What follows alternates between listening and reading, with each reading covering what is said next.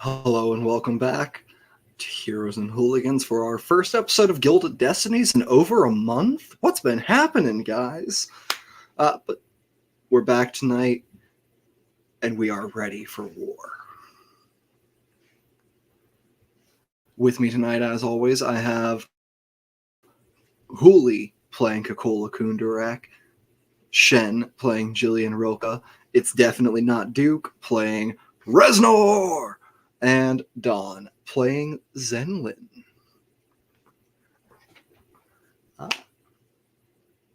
Hooli, would you go ahead and be so kind as to do a little recap of our adventure to this point for us? You want the whole adventure or just last Give us like this last little arc bit. Okay. How we got to this point. Okay, so I think everybody knows by now that we've been in Revan for a while, working on setting up our business and so on. And some other things have gone awry since then. Reznor, our city got attacked by wyverns, and Reznor went off into the woods chasing some folks after that, and found that the fort in the north was actually occupied by a sort of rebel movement that ended up having some people that he knew in there. And he connected them with us after some things happened, because the night of the Wyvern attack, there were some assassination attempts as well on some people of our area. So with the combination of that, the information of Kakola's dad being held under a magic spell, stuck at home, and the fact that there's like an uprising happening in Sharn, we were on the brink of war now. The Moorholds, the Dwarven Freeholds, are now involved, the rebel movement involved, and we're kind of all working together to get it taken care of as quickly as possible.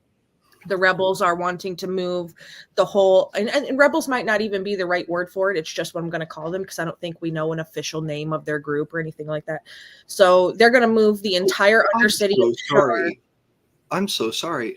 The name that they're using for their group, as you would have learned by this point, is the Triune Insurgency. So maybe insurgents instead of rebels. Yeah, sure. And it's a group composed of races and species that are considered, quote unquote, for lack of a better term, undesirables.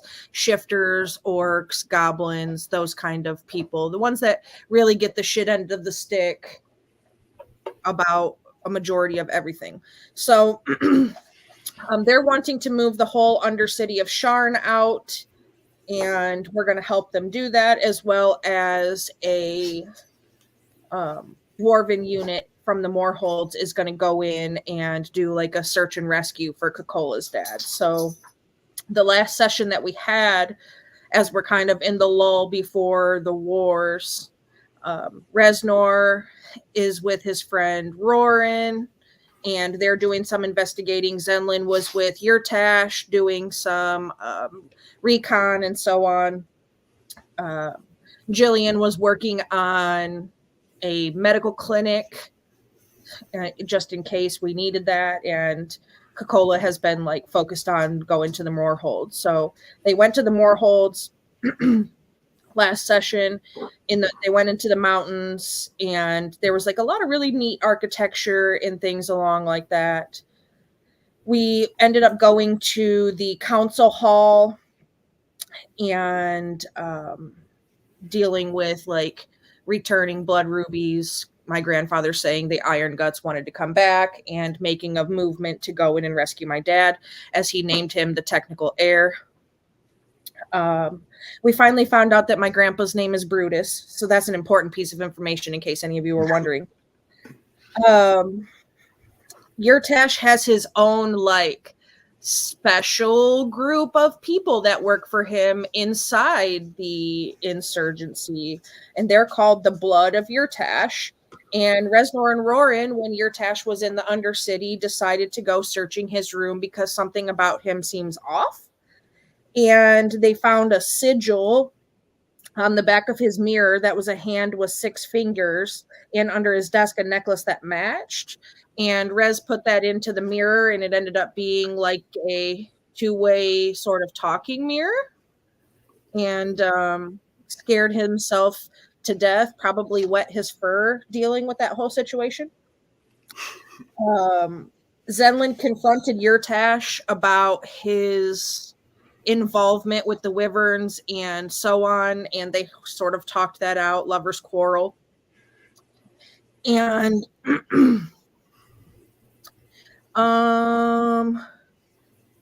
in the Moorholds, one of the Kundaraks got arrested. The Kundarak representative, which actually has no fucking say on the Dwarven Council in the first place, was put under a spell and then put into a jail cell, essentially. And they've been using his required reports as kind of fake, using him as subterfuge.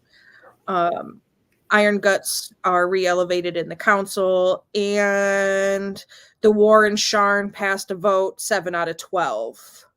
So, oh, we lost Chip. We didn't lose Chip. Chip's back. But I think that's pretty much it, because Jillian's just been focusing on getting... Druid gave her a job. Yeah, I think so. Druid gave her a job to get a bunch of healing potions or something, I think. Yeah, but she did that already. I think. She already had done that, I thought. Yeah, but Jillian did that. Jillian did that and then discovered a little hideout that it seems at least one of those assassins had been using. Yeah, which for quite had some time. The Manticore symbol in it, which is the symbol of the Guradim. And Coca-Cola got cloaks made for everybody, matching cloaks. They're shiny, black and white, black on one side, white on the other, reversible. And Jillian's is a little extra Cowabunga special in case she gets herself into a spicy situation and doesn't have any milk to cool it down. So... Thank you for that wonderful recap and that wonderful description of the Thunderwave spell that you loaded into Jillian's cloak for her. Yeah. And with that, we will return to the world of Eberron. A day like any other, the sun rises, sets, and rises again. Rays of light dapple upon this shattered fort, where the 4 of you had been asked to spend the night so that your movements in the morning could take place immediately.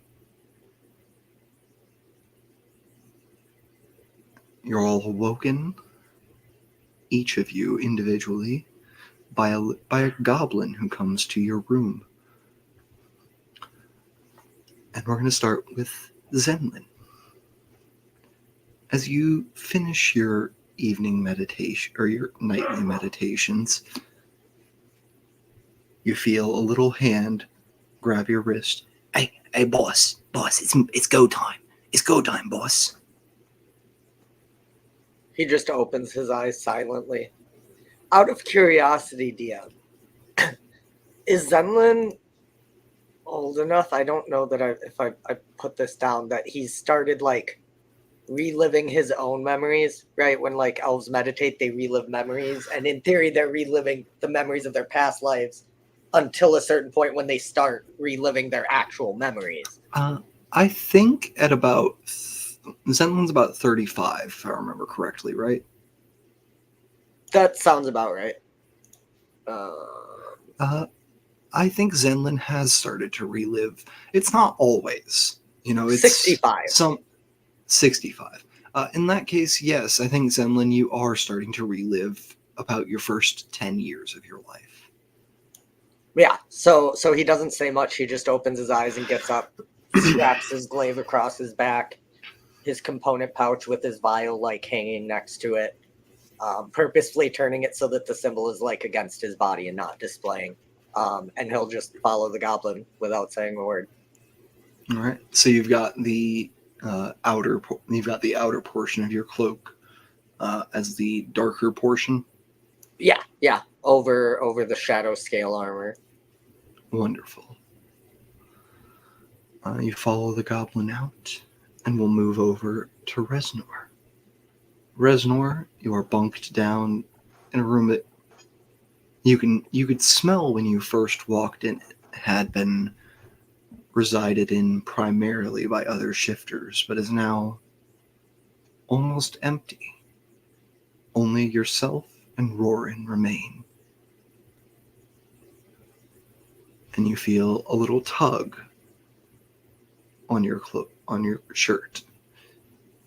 Hey, big guy, it's time. Reznor will take a deep breath, kind of let it exhale. All right, let's do this. I'll just All right. get up, follow him out. You know that Rorin will be remaining behind as commander of this fort, since Yurtosh has already left.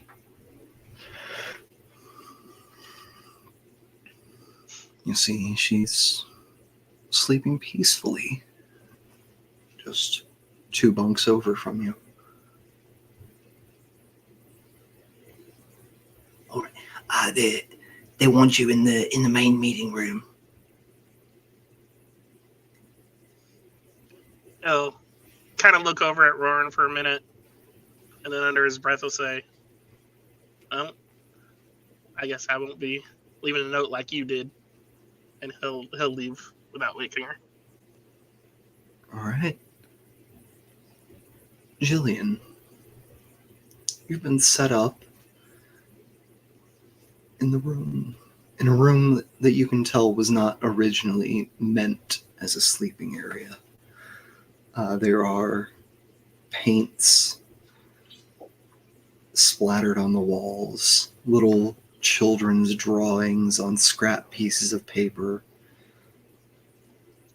and a cot pushed up against the wall for you. When you feel a tap on your shoulder. Ms. Church, they need you in the meeting room.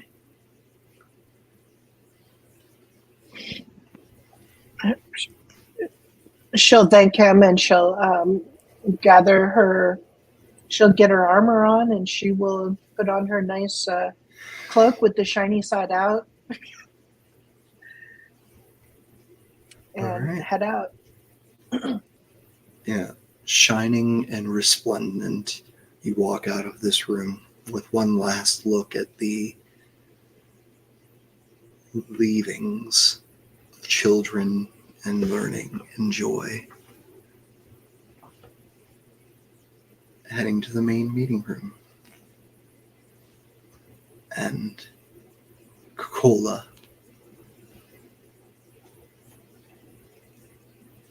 in a room just above the main meeting area. It's not a massive room. It's about 8 by 4. Hardly enough space for a bed and your case of equipment. You see a few blood stains on the ground and scuff marks from where heavy things were clearly dragged out.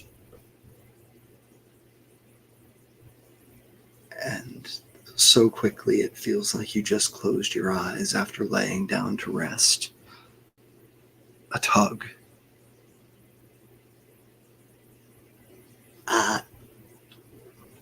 Lady Arngut, they need you below.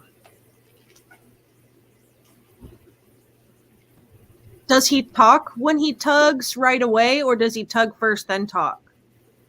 It sounds like he's probably repeated this a few times to himself and goes for the tug as he speaks. Okay. Well, I suppose that saves him from getting knifed with the knife I keep under my pillow. Yeah, so she'll just kind of get up and oh yeah, I'll be there in a minute. Tell him, and get her life together and put her cloak and all of her things, get all of her gear and all of that. All right. So we have Jillian, shimmering, shining, and resplendent. Zenlin in shadow. Coca-Cola and Reznor. How do you wear your cloaks? Probably for Coca-Cola black side out. And Reznor?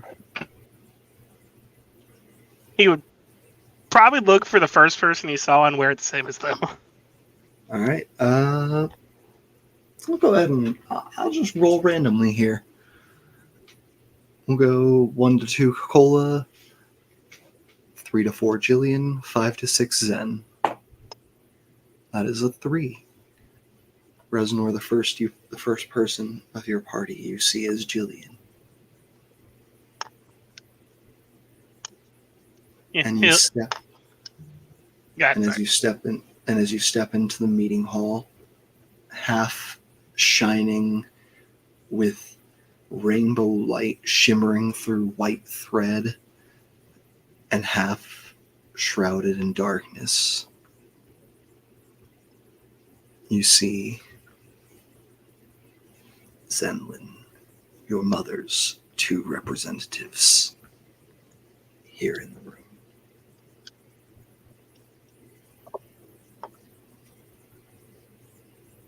They are ready for you in the Undercity, Prince and party. Zenlin pulls out the scroll, and before he starts reading, he says, "I thought I told you not to call me that." And then reads the scroll without waiting for a response. As you begin to read the scroll, casting this teleportation circle from this gift from your mother, it is not a black hallway of shadow that opens. Shimmering purple fog pours out from the center of the inscribed runes, enveloping all of you, swallowing you up. And the last words you hear: "I follow higher orders, my prince." As the fog condenses down, pulling all of you with it, and you reappear to a scene of fire.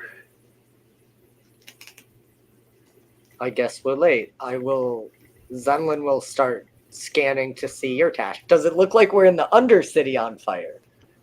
It does. Zenlin, Okay, good. You recognize your entry point, and I should be clear. The fire is not upon the Undercity. There is a massive line of it, marking the line between the gathered forces of the Triune Insurgency and those of the great houses and people of the upper city of Sharn. So it's like a wall of fire then. Yes, Yeah. This it looks like multiple people cast wall of fire here to create a clear, this is the line in the sand. You cross this, we fight. Not to be that guy, but don't we have to go like 500 feet across that wall? You see here scattered along the streets of the Undercity, spreading out and sprawling out from this teleportation sigil, military tents, encampments. There are tables racks full of swords and shields and spears and glaives. And off in the distance, about 500 feet away, you see Yurtosh with a few commanders you recognize, Zenlin, from your time speaking to them here in the Undercity. Yurtosh appears to not be barking orders like he has in the past, but very clearly agitatedly speaking them and pointing to different places on a map.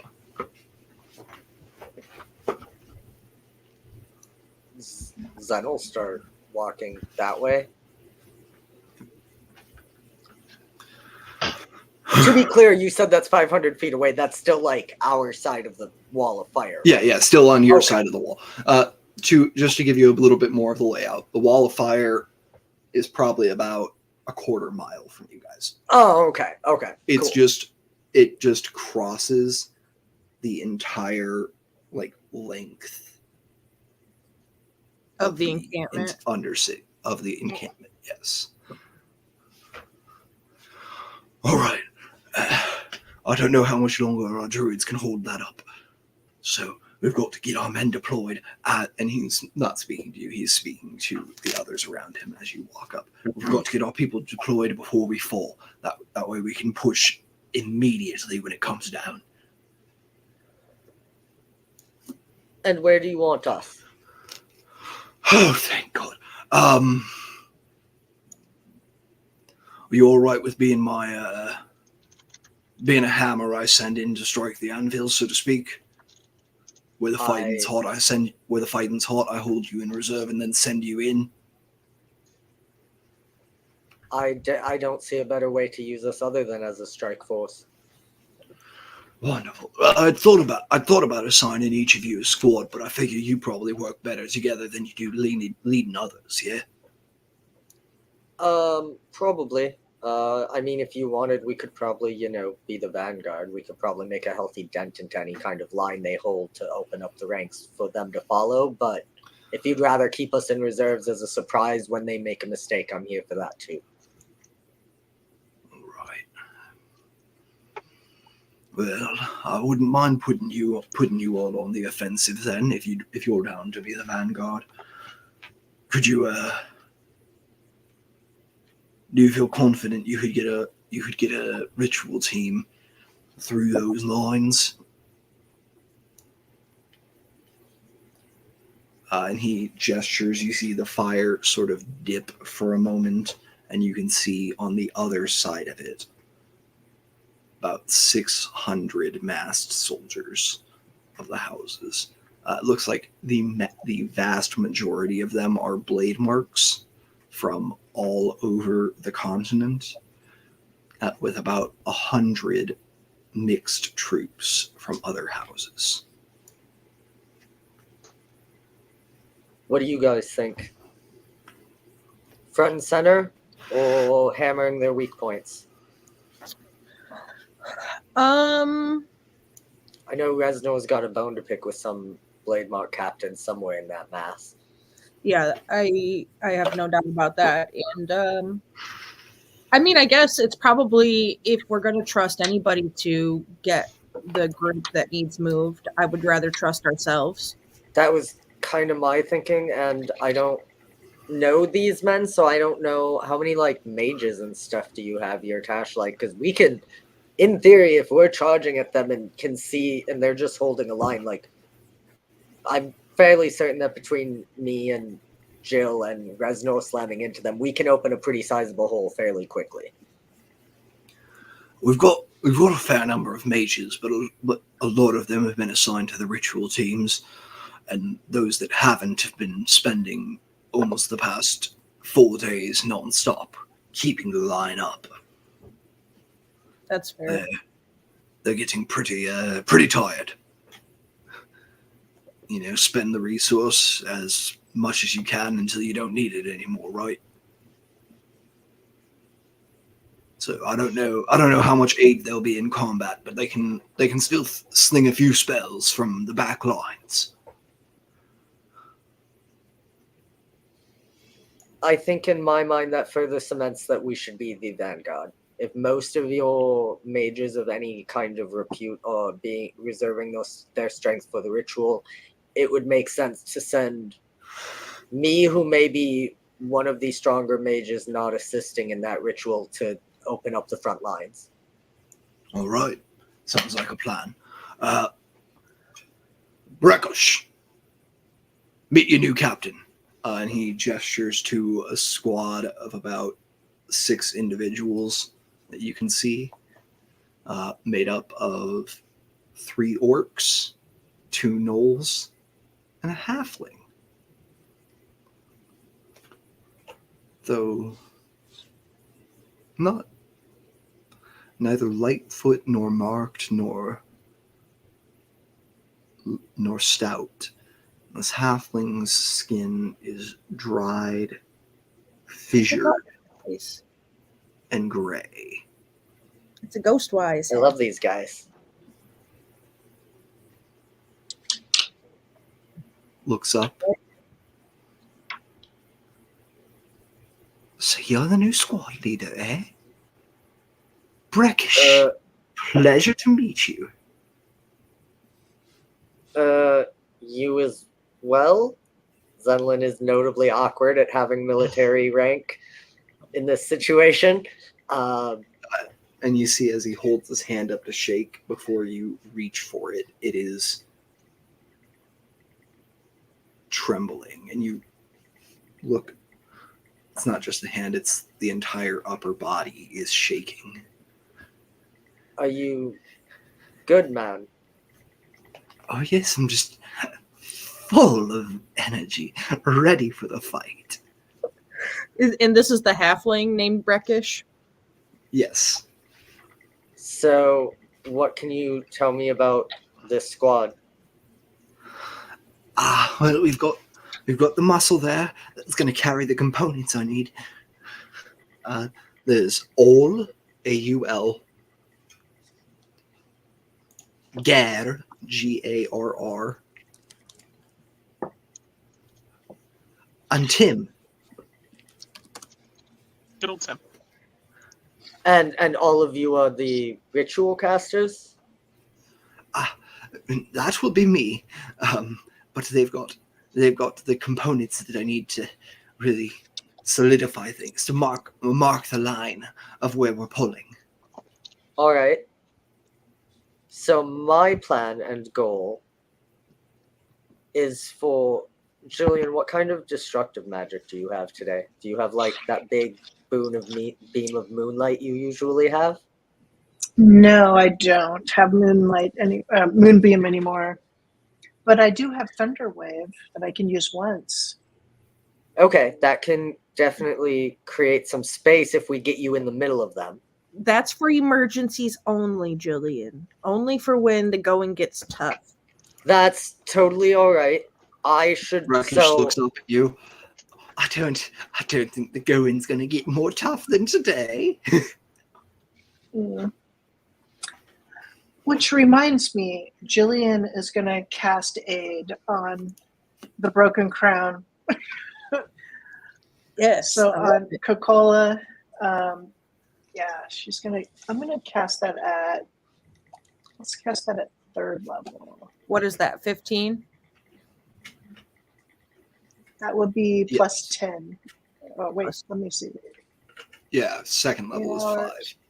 Aid's a 2nd level spell to start with, so Okay, it'd be so 10 makes for sense. 3rd level. Yes, go ahead. Your hit point maximums all increase by 10, and your current hit points adjust to reflect that. Okay. So other than your Thunder Wave, you've prepared mostly supportive magic today, correct? Yes. Okay. And I have an escape plan as Okay. well. That's good. That means that I don't have to keep that in reserve. Okay, so most of our crew, Coca-Cola, you have magic, but how much of a dent do you think you can make from a distance in a group of people? I don't really have that kind of magic. Okay. So what I'm thinking is, as we're going, I have a couple of different spells I can choose from, either to cause a group of them to move slower or to hopefully deal a lot of damage and take out a large group of them. If we're the vanguard charging you through, in theory, we will have other squads charging at our sides, correct? Oh yes, we just need to get further than anyone else.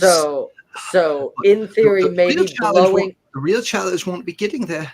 It's going to be holding it long enough for me to set everything up. Question. Would you say a majority of the forces that we're heading into were Elven and considered Fey?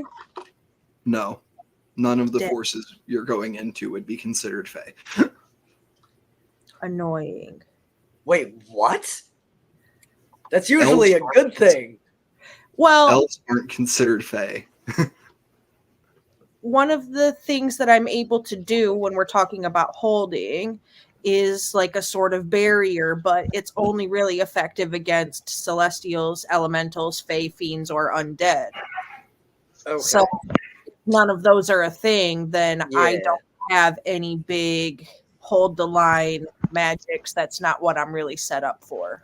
No, but I can do that well once we get in, as long as I use my magic appropriately. So I'm thinking, as we charge, I will debuff the group that we are charging into so that we can, be the vanguard, the wedge that breaks into their forces and splits them as our forces on the sides crash into them.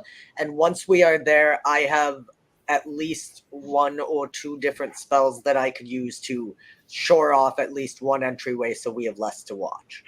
But it seems like we aren't really looking for range. We're looking to hard engage, so blowing them up from far away as we approach probably won't be my go-to. I might throw a fireball in there just for fun, but...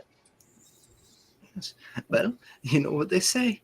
If the enemy's dead, they can't strike you in the back.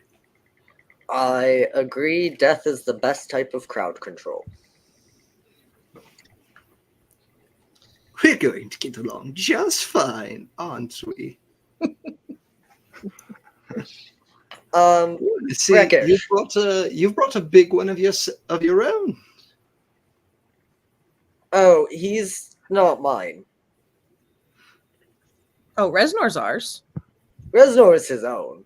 I don't Reznor busts consider his any chest of out. you mine. He's our golden retriever. You leave him alone. He's the goodest boy. I'm the goodest boy. That being said, you've been here for a Very while, good Breckish. indeed. I was hoping to run into some people that aren't a part of our group. I was wondering if you might have seen them or know how, if there's time. There's a trio of Dwagger somewhere in the Undercity. Have you seen them recently? I assume they'd stand out. I assume they're not super common here. Oh, the deep dwarves. The deep dwarves that no longer see. Yes, I have seen them. Are they on our side of the fire or their side? Our side. No worries there. I think that's there, over there. And he points down the street. Jillian, you see him pointing to your now unabandoned clinic. Making bottles, making glass, making potions out to pass. Tash, how long do we have before the charge starts? As soon as the druids drop that wall, they're going to hold it up as long as they can, but I don't think they're casting it again. Can I do some kind of check to know generally how long that lasts? Yeah, go ahead and give me just an Arcana.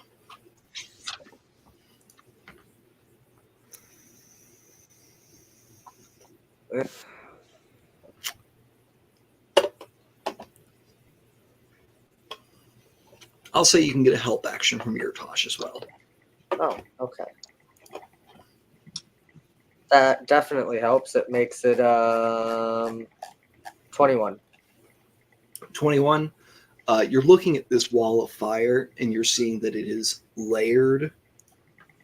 Like, it is not just a bunch of wall of fires all on a line. It is multiple wall of fires cast overlapping each other and in a line.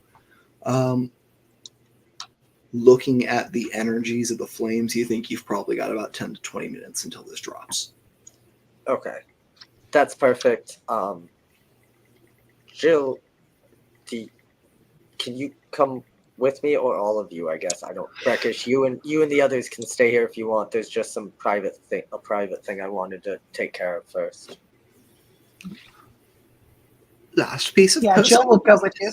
before the battle. Sounds like the right time for me. I'll wait right here for your return. Reznor and Kokola can come too, but he will lead over to, I guess, what he doesn't know is Jill's former clinic, and look for the 3 dwarves in there. I don't want you to run out completely before the battle, but if we're going to be teleported down there in the middle of the battle, we should do what we can now, in my mind. But basically, these 3 have been cursed for a long time that their eyes would explode if they ever set foot in the Underdark again. And it seems like the curse has started to wane, but there are still some bits there, so I would rather be safe than sorry for, at minimum, one of them. I would hate to go and have the entire bloodline die out. At least if one of them makes it, he can bury the other 2. Leave one to tell the tale. I mean, like, I don't want to be like, oh, dump 3 third-level spells before we even start, right? Remove curses 3rd. Like, that's a lot to do before a big battle. So it's entirely up to you what or how much, if you want to do it at all. But these are the 3 that I was talking about that are excited to see their homeland, and I would like it to not be the last thing they see. So you guys head down the road. Who's going with Zenlin and Jillian to the clinic? Reznor will follow his captain.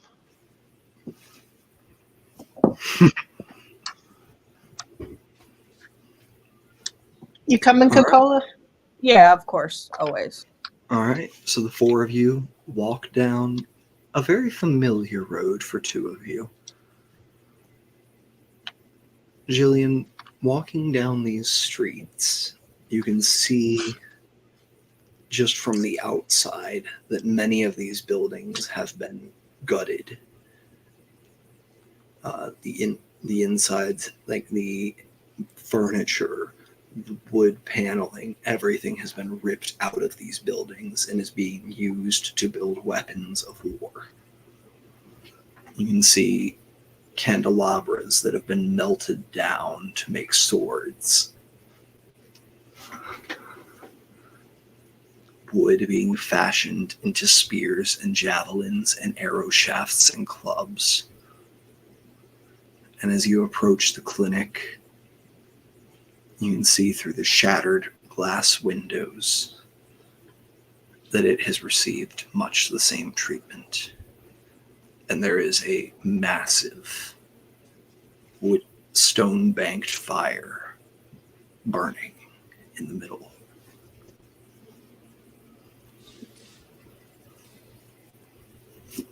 You enter and you see that there are alchemists at work here, quickly trying to make as many potions as they can, filling these glass bottles with them the second the bottles cool, as these 3 Dwergar craft simple glass vials. You enter, and not a single head turns towards the 4 of you as these people continue to work.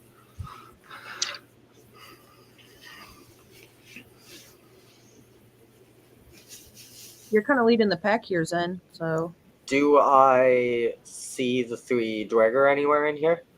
Yeah, they're making glass vials.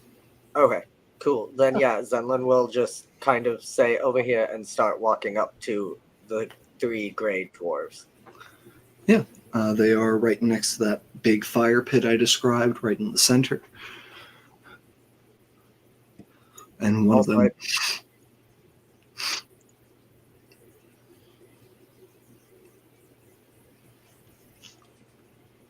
Hey, friends. Is that you?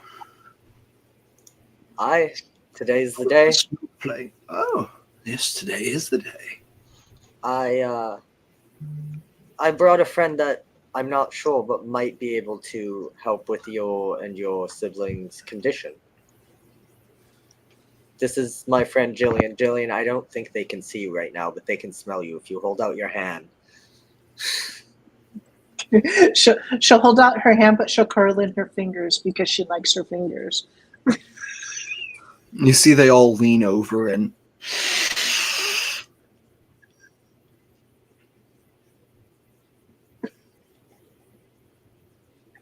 Ms. Rilke, so good to smell you again. and you Nice actually, to as they say again, you recognize one of them who came in with a horrible cough about 3 years ago to the clinic.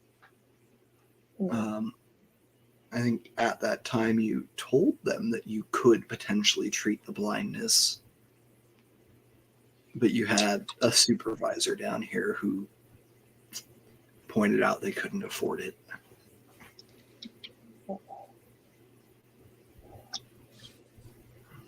So yeah, I'll say I remember you. I remember you. I could heal your blindness, but kind of got a time limit here. Yes, yes. Oh, quite a kindness you'd be doing. We don't. There's nothing we could offer you in turn, but it would be appreciated before we set foot on home soil.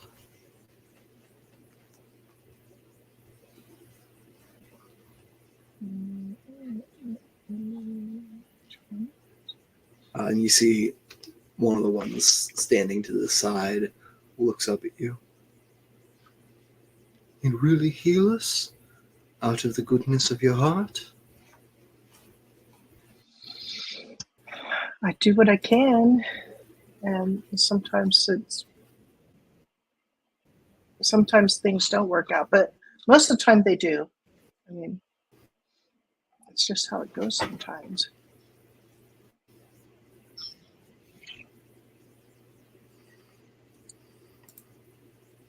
Wait, is what's it called? A ritual? We can't say no.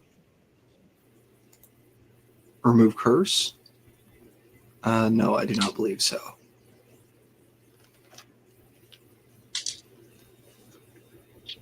So, which one am I look it removing? up. The curse, the blind one? That's up to you. That was kind of what Zenlin had been getting at, is all three of them are blind. And all three of them are cursed. But that's what I was saying, is dumping all three of your third level slots before the battle is a lot. Yeah. I will say, Jillian, you could take a second to examine them medically if you wanted and try to figure out, one, if you could break this curse with a remove curse, and two, if it would actually, how much of an effect it's still having. Yeah, she will examine them. Let's see, she's got. Do you want a medicine check as I examine all three of them? Yeah, let's do that. I got a 21. 21. Looking them over, you think the curse has broken already. And you think that they've been blind for so long that their eyes just did not know how to return to sight. It's so sad.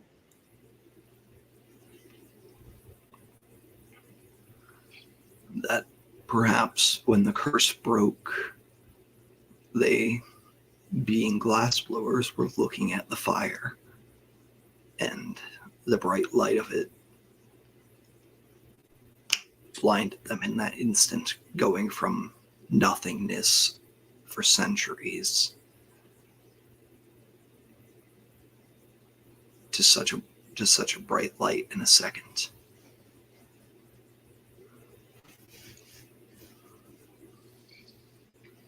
The damage is done, but there will be no more damage from setting foot on home soil.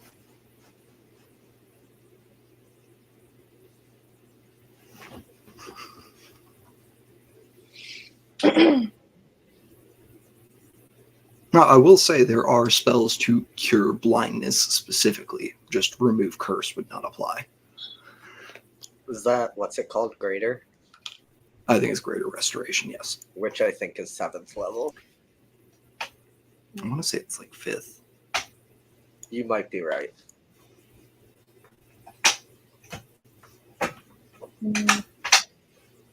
But Zenlin's concern of their eyes exploding in their head when the teleportation goes off, not something to worry about. Yeah. Jill will tell him that she'll tell Zenlin these guys are safe for transportation, but they're going to need something to cure the blindness. It's not a curse removal that they will be able to get healed, but it's beyond her means at this moment. She'll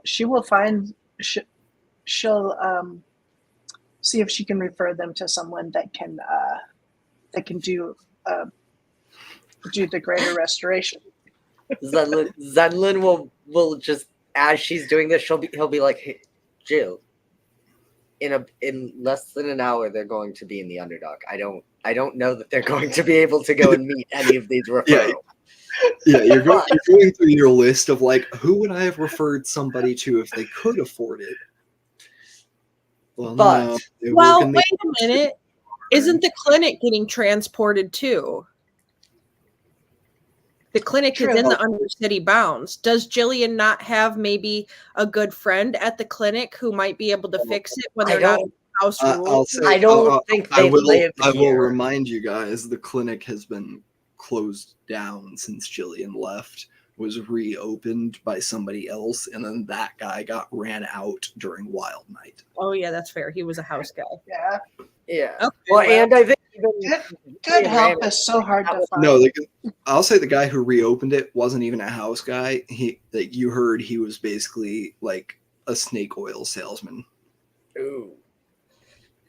But we will be there, so if we don't have a reason that we have to leave there immediately, maybe you can do something tomorrow. But my main concern was that in the midst of battle, we're not going to be able to stop and help them. So as long as your lives aren't in danger, I guess get ready to go home, boys. And speaking of get ready, we have to get out of here. Yeah. We should get to our positions as well. You may not have given us the gift of sight back, but you've given us the gift of knowing we'll be able to set foot on our homestone once more. Find us once we're there.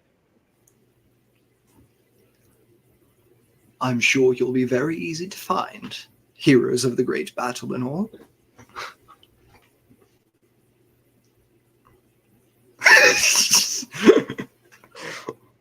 Resnor's billing them for a treatment they didn't get. What is this, the American medical system? Hey, we're a business. Listen, the doctor looked at you, but we ran tests and we had to do studies, and all of that costs money. Yeah. We couldn't do anything about what your problem is, but here's our bill. We'll see you later. Yeah. Hopefully you have a membership card. It's All gonna right, affect that's my hard X. That hits too close to home. no insurance. So yeah, we'll make our way back and get ready to lead the charge. All right, you make your way back, and you can see the flames beginning, not going out, but starting to dip a little lower.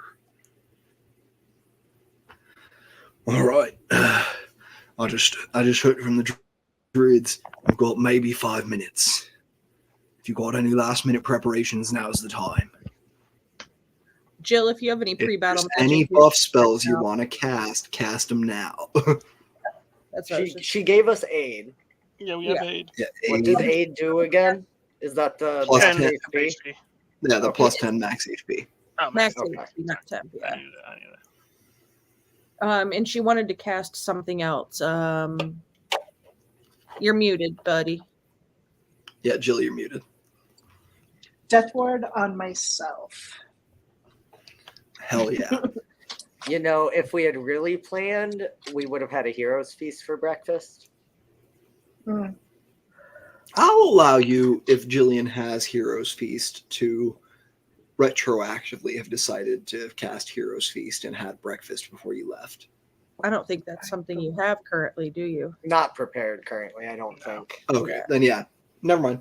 Yeah, if it's not on your prepared spell list already, we're going to say that's... Yeah, I'm not positive if Jill has spell slots high enough for that. I don't know what that is personally. I think could Hero's Feast have- is like 5th or 6th level. Yeah, I could have picked it up, but I picked up something else. It might have been Word of Recall, our backup plan. I think that's Yeah. better anyways. Yeah, backup Yeah. plan. I'm not that worried You're about putting poison. Putting a death ward on yourself. We're fighting with the drow, not against them. I'm not worried about their poison. Yeah, and actually, as you take one last look around the encampment, you do see a contingent of drow soldiers here. By the way, don't be surprised, guys, if suddenly you can't see spots of the battlefield. Just throwing that out there for you. It's very common. Well, good thing for me, I can see in that magical darkness because you trapped me in it one time, and never again have I ever gonna decided to be a sucker to the darkness spell. But I suppose we should get ready, and he's gonna put the cloak up, and he's also gonna activate his armor. So unfortunately for some of you, Zenlin, oh, I can't do that if I'm leading. Fuck. Hmm. I think Reznor is the only one who could see me. Does Reznor have dark vision?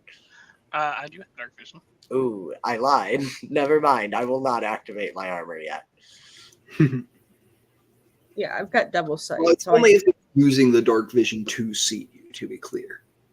Oh, I mean, I kind of assumed the Undercity was underground and not super well lit. There's a massive wall of fire, That's fair. That's fair. and you can see the camps do have like it is dim lighting throughout here. Yeah. I don't think it Even when matters. Down. I think Zenlin is smart enough to be like, oh wait, we're the Vanguard. I probably shouldn't disappear to a large group of our people. Yeah, makes you easier to hit by makes it easier for you to accidentally get hit by someone at range as well. So I know we're not like super close to the firewall, but is there like soot on the ground? There is as you approach it and get ready for your charge. As we approach, Reznor's going to put both his hands on the ground and kind of rub the soot on his hands. All right, hands got the covered in soot. Soot's tacky, so keeps held with weapons. Yeah. Look at you using gymnast chalk before we go into the Olympics. With a weapon that I can recall to myself. Yeah. I trapped it. All right. All So right. everybody's got their hoods up. Everybody's ready. Yep. You ready? Yep. Yeah. You stand here about 5-10 feet back from the fire. What's your formation look like? You've got 5 bruisers added on to your party. Reznor, Jillian, So Cola, and Zen, as So there's well a- as your ritualist. So Zen's plan for the Vanguard, considering what we're supposed to do, logically, Reznor would be like the point, and I would put 2 bruisers on either side of him, right, like an arrow formation. Yep. And I would recommend Coca-Cola and the other bruiser round off those formations with me, Jillian, and Breckish in the middle of the formation. All Does right, that so make sort sense of to everyone? well, you've got Mhm. 10 people. You could do a perfect pyramid formation if you wanted. Yeah, so I would then probably put me and Jill right in the 2 spot, and put Breckish dead center since he's our payload that we have to protect. Hell yeah. All right. Breckish is dead center. Reznor leading the charge. Bruisers lining the sides. And then you and Jillian at the back. The one thing I will ask you two is my thought of that is Jillian is our protector, but I know that Jillian is much healthier in the front line than you, Coca-Cola, and you tend to prefer further range. So would you two like to swap?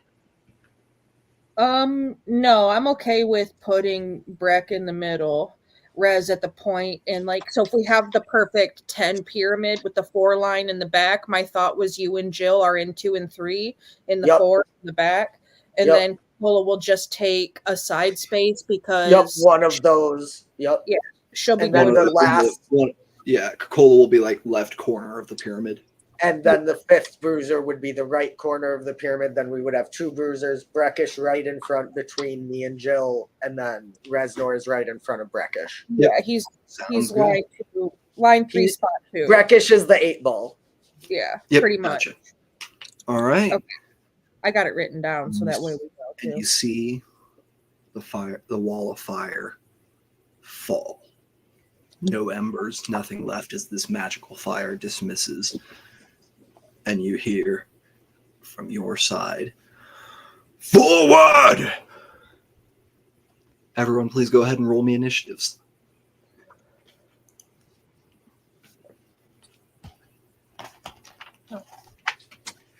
Jillian got a 4. Zen got a 7. Reznor got a 19. All right, I'm going to go through and ask for them in order, actually, quick, so it makes it easier for me to fit you guys in with all the other initiatives. Gotcha. Right now. All right. Above a 20. Anybody? Hold on. Mine is not rolling. I might have to open above BTT.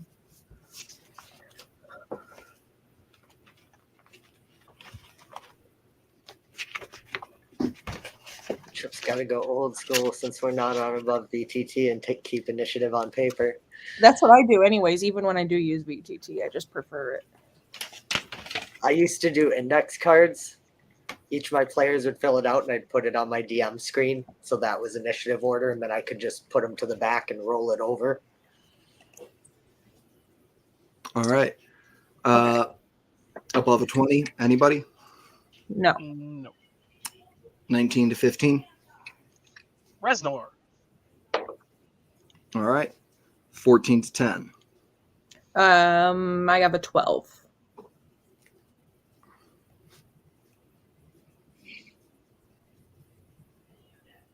All right. 9 to 5. Zen has a 7. 4 and below. Jill has a 4. All right.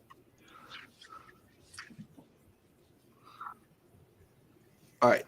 For the sake of this mass combat, you will be able to take your movements as a squad if you like. That movement will occur on initiative count 10.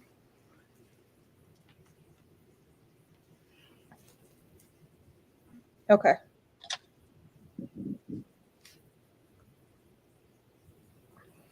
Do be aware, though, that if you commit to moving as a squad for a turn, those of you with a lower initiative than 10 will not have any further movement during your turn. If you're above a 10 and you use your movement, you will not be able to move with the squad. Gotcha. All right. I'll let you know now. I will be rolling for the Orcs as a group in your squad, and the Knolls and Breckish as a group in your squad. Okay. For their initiatives. All right. Knolls and Breckish will also be acting on initiative 7. Zen, would you like them to go before or after you? I think I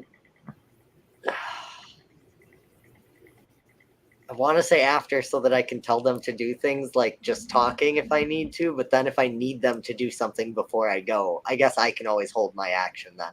Yeah, have them go after me. All right, cool. And the Orcs will be The orcs will be acting on an initiative of 3.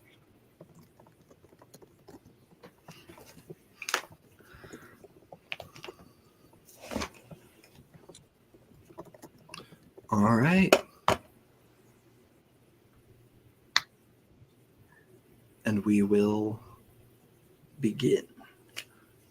Top of our initiative is the Blade Mark Squadron, who you see set shields and lances pointing towards you.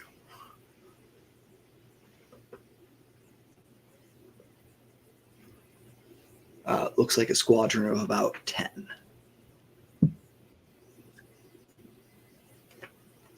That you are aiming to pierce straight through.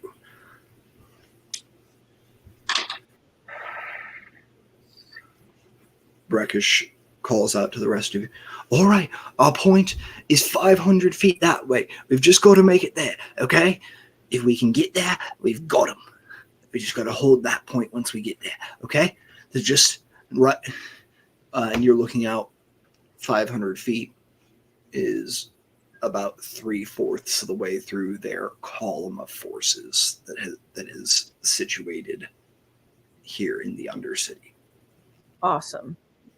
It looks like rather than being spread out like the insurgents, they're holding the line to the lift up.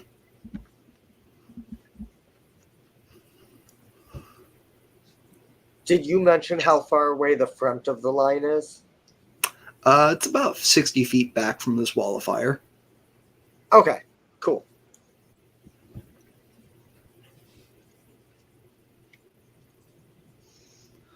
All right. First act will be them. They set and ready. Next act is Reznor. Reznor! Okay. 60 feet from you are these shielded Deneath soldiers. All right. Reznor's first action is going to be he's going to get angry. He's going to rage. Hell yeah. Bonus action rage. So he is going to grow quite big.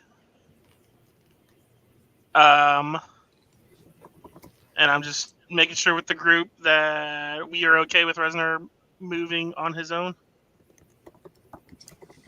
That's up to you.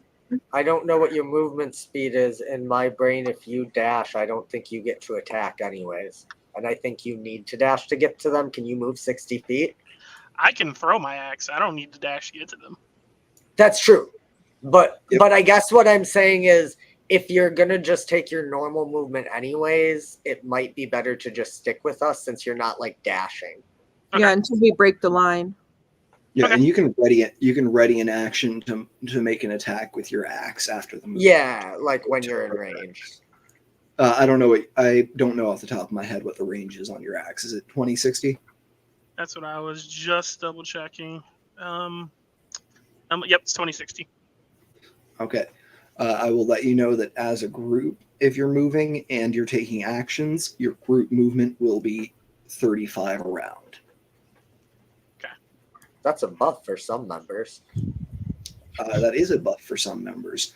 Most of the party had most of the. I think party I'm 30. has- I think I'm flat 30. Yeah. We Okay. got an army pushing. Yeah. I assume there's a squad directly behind us too, right?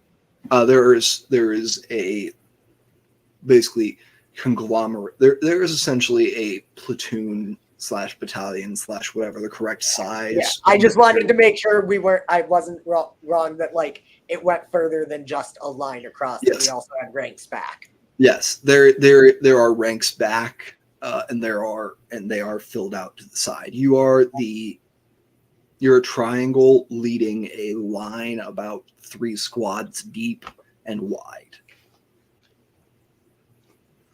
Yeah. Is there anything large between us? You can see there are other vanguards scattered throughout the line. You are not the only point.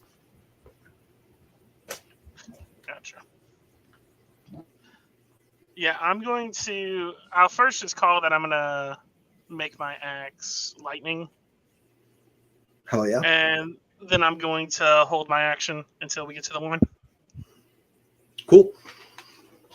All right. Hold your action until movement at 10. Coca-Cola.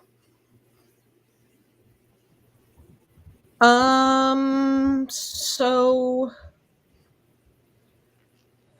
I think she's probably going to do the same hold action for now.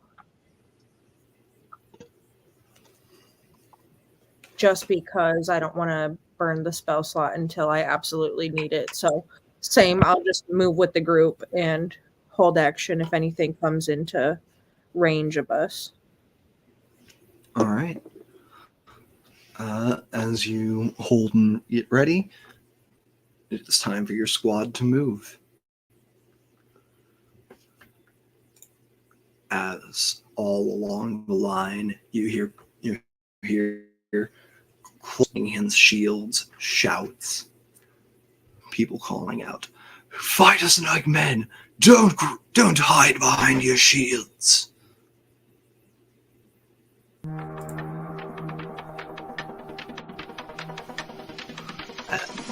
And you move forward.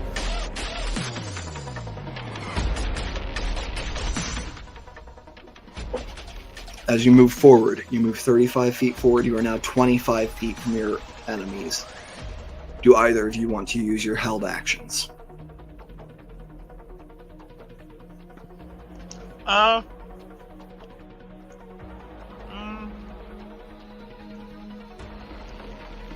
will say you readied them for on the move, so it is either you use the attack now or you lose it for the turn. I'm gonna chuck my axe at the line. Hell yeah. You want to chuck your axe at one of the ones like up in the front? Yep. Alright. And I will also say you see like what looks like their captain, commander, sergeant, whatever, standing a little bit back from the line. He's about 30 feet from all of you right now. Is that the same one that threw the knife at me? Can I see from here? Yes. Oh! Yes, you can. Prey spotted. Resnor's gonna give a nice little growl and a roar as he throws his axe. This axe goes flying through the air. Resnor, roll to hit, please. Oh, I didn't mean to my roll. dice is not rolling. Sorry, Alright. 1 second.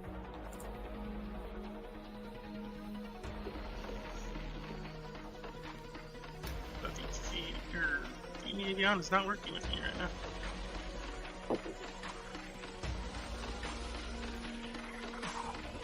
Come on. Alright.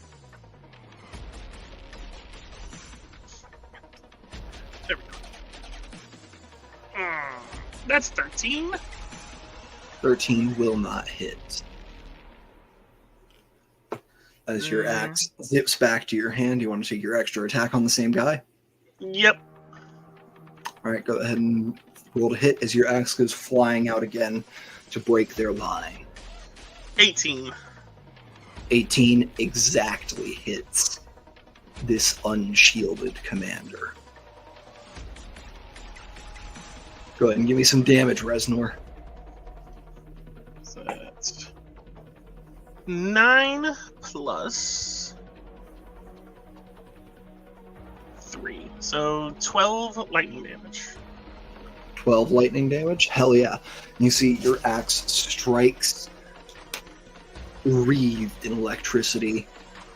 Does not cleave the armor, but rather uses it as a conduit to scorch the man inside as he cries out, "Gah!"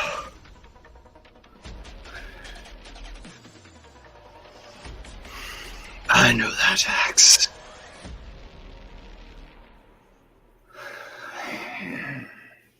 Zenlin, you are up. Or Coca-Cola, you want to use your held action?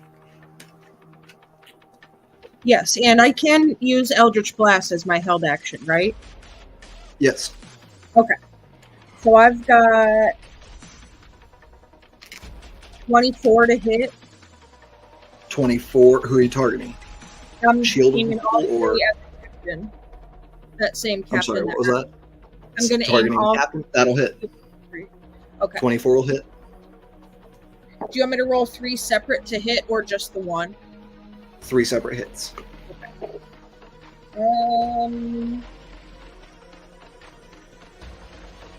23 on the second one, That'll do.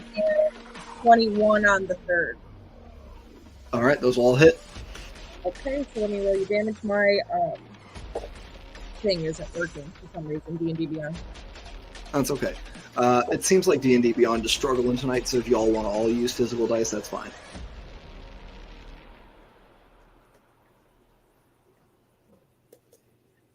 For 20... No. 4 times 3 is 12. That's 20. 32 total force damage. Hell yes. And you see as these blasts of force swing over his men's head and smash into him, the armor dents and dents and dents again.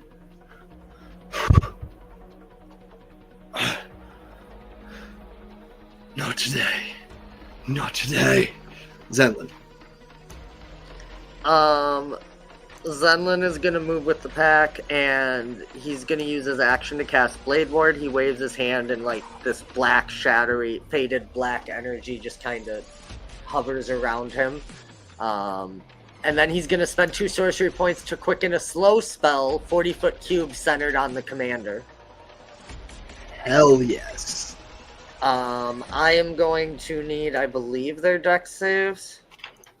You're going to need 10 dexterity saving throws. All right, I'll roll for the commander first. He's the only one with a differing bonus to this. 4, 11. DC is 15. All right. Oh, no, I'm sorry. It's 16 because of my vial. Yeah. Even if it wasn't for your vial, a natural 4 is not going to do it, as the commander is slowed and unable to take reactions. Very good move, because he was about to use his. So yeah, and that is like he throws molasses in the air and it spreads out into this like inky black ichor that just falls all over them. Beautiful. Let me go ahead and roll for the rest of them. All right, you said 16? That's Yep. 1, 2, 3, 4, 5. 5 out of the 9, rank and file failed. Cool. So, -2 to AC and dex saves. No reactions. Can use action or bonus action, not both. And half no movement, more. correct? Yep, half movement. Speed is halved. No more than 1 melee or ranged attack, regardless of spells, abilities, or magic items. And if it attempts to cast a spell with 1 action, it's a D20. 11 or higher, it doesn't happen till next turn. And you're concentrating. Beautiful. You see 4 of them, as a reaction to this, snap their shields up to provide cover, and are going to give 4 of the failures a chance to re-roll.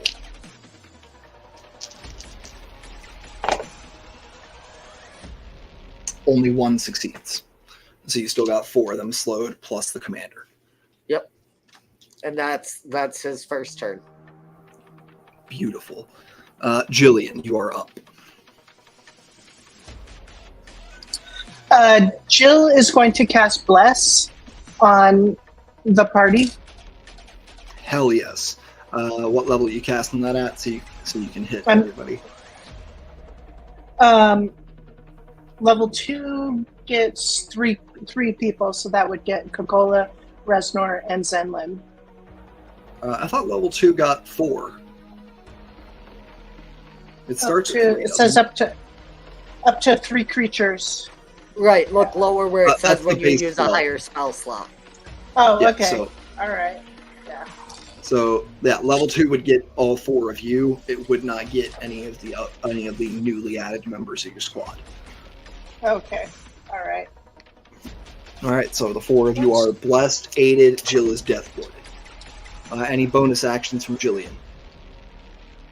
None that I can do. It would be All right, spells. beautiful. Do that. All right, That's it. Jillian, at the end of your turn, you see behind this shield wall, about 20 feet back from them, a company of about 6 archers ready their bows and fire shots over the heads of their comrades at each of you.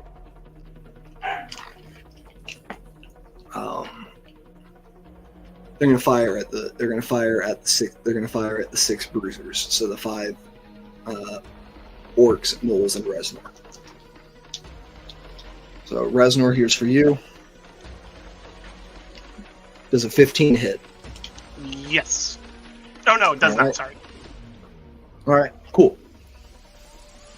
Hey, by the way, I didn't notice it until now, but enemies have disadvantage courtesy of our audience. Hell yeah. So I'll apply that to the next roll against one of you. Not against your... Oh, against that. I'll apply that to the next roll against one of you or Breckish.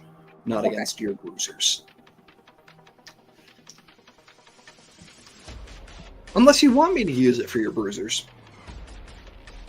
No, I don't personally think that's a good idea. All right. Let's This turn is about. for Check the payload.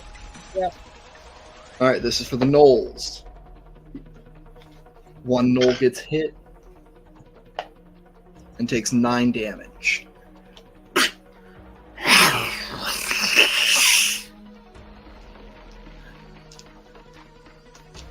And your orcs. Every orc takes an arrow directly to the chest.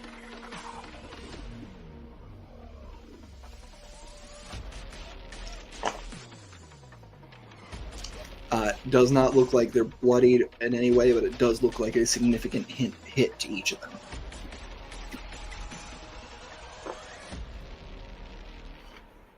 All right. Up next will be the orcs. You see they are each going to throw a hand axe mimicking Reznor. They will make me with disadvantage because they're at long range.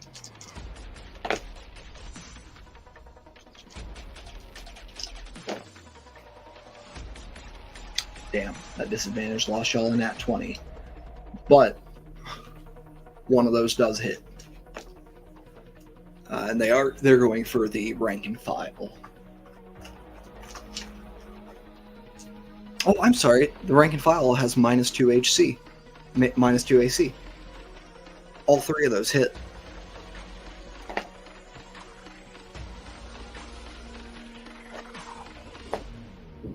Oh my god. Jeez. Okay. 2 of the rank and file dead.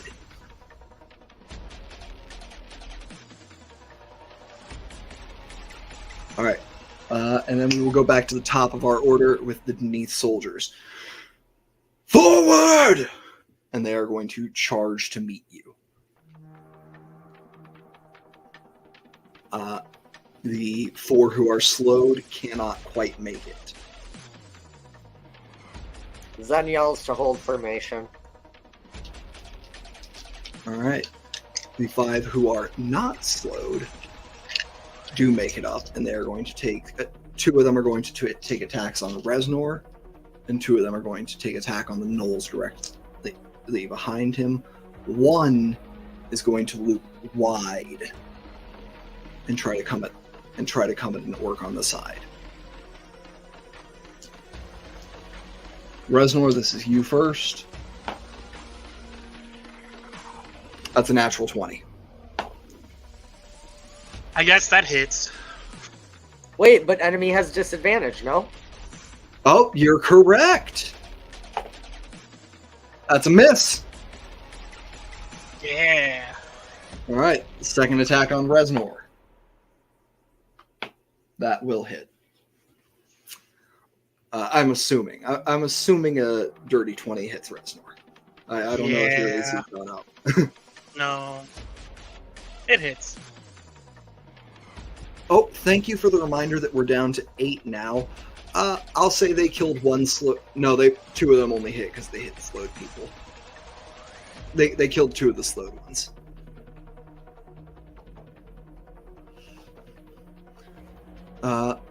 But that'll be as one of them takes a long sword and stabs into you, Reznor. You take 9 halved to 4 slashing damage.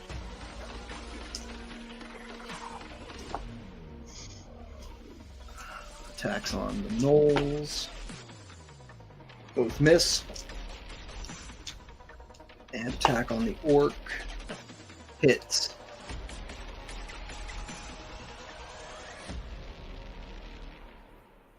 Where did I just put them dice? There it is. Orc takes 7 damage. Then we go to Reznor. Alright. Did the commander charge with him? The commander did not charge with them. The commander is slowed and hung back with the I guess 2 slowed people. Okay. How far away is the one that is looping wide? The one that is looping wide is actually behind you at this point, having just stabbed an orc. So there's 5 feet empty space between you and him. Okay. So it's you, gnolls, orcs on the side. The ones on my side are the ones I'm gonna attack the one that went behind me, if he's in range of me. He is not within melee range. You would have to break formation. But you could chuck your axe. I'm gonna chuck my axe at him. Hell yeah. And since he's not in melee range, this is not made with disadvantage. Go ahead and roll to hit. 19. 19 will do it. That'll- No, wait. 18 plus 2 is 20. I did bad math. That will not hit this plate armored Denise blade mark. Okay. I'm gonna go for him again with my extra attack. Hell yeah. That is a 30. A what? That's 30. Okay, I thought you said a 3. I was like, why are you asking? No, that's But yeah, 30. a 30 will do it. Alright, so that'll be 15 plus 6, so 21 damage. Lightning.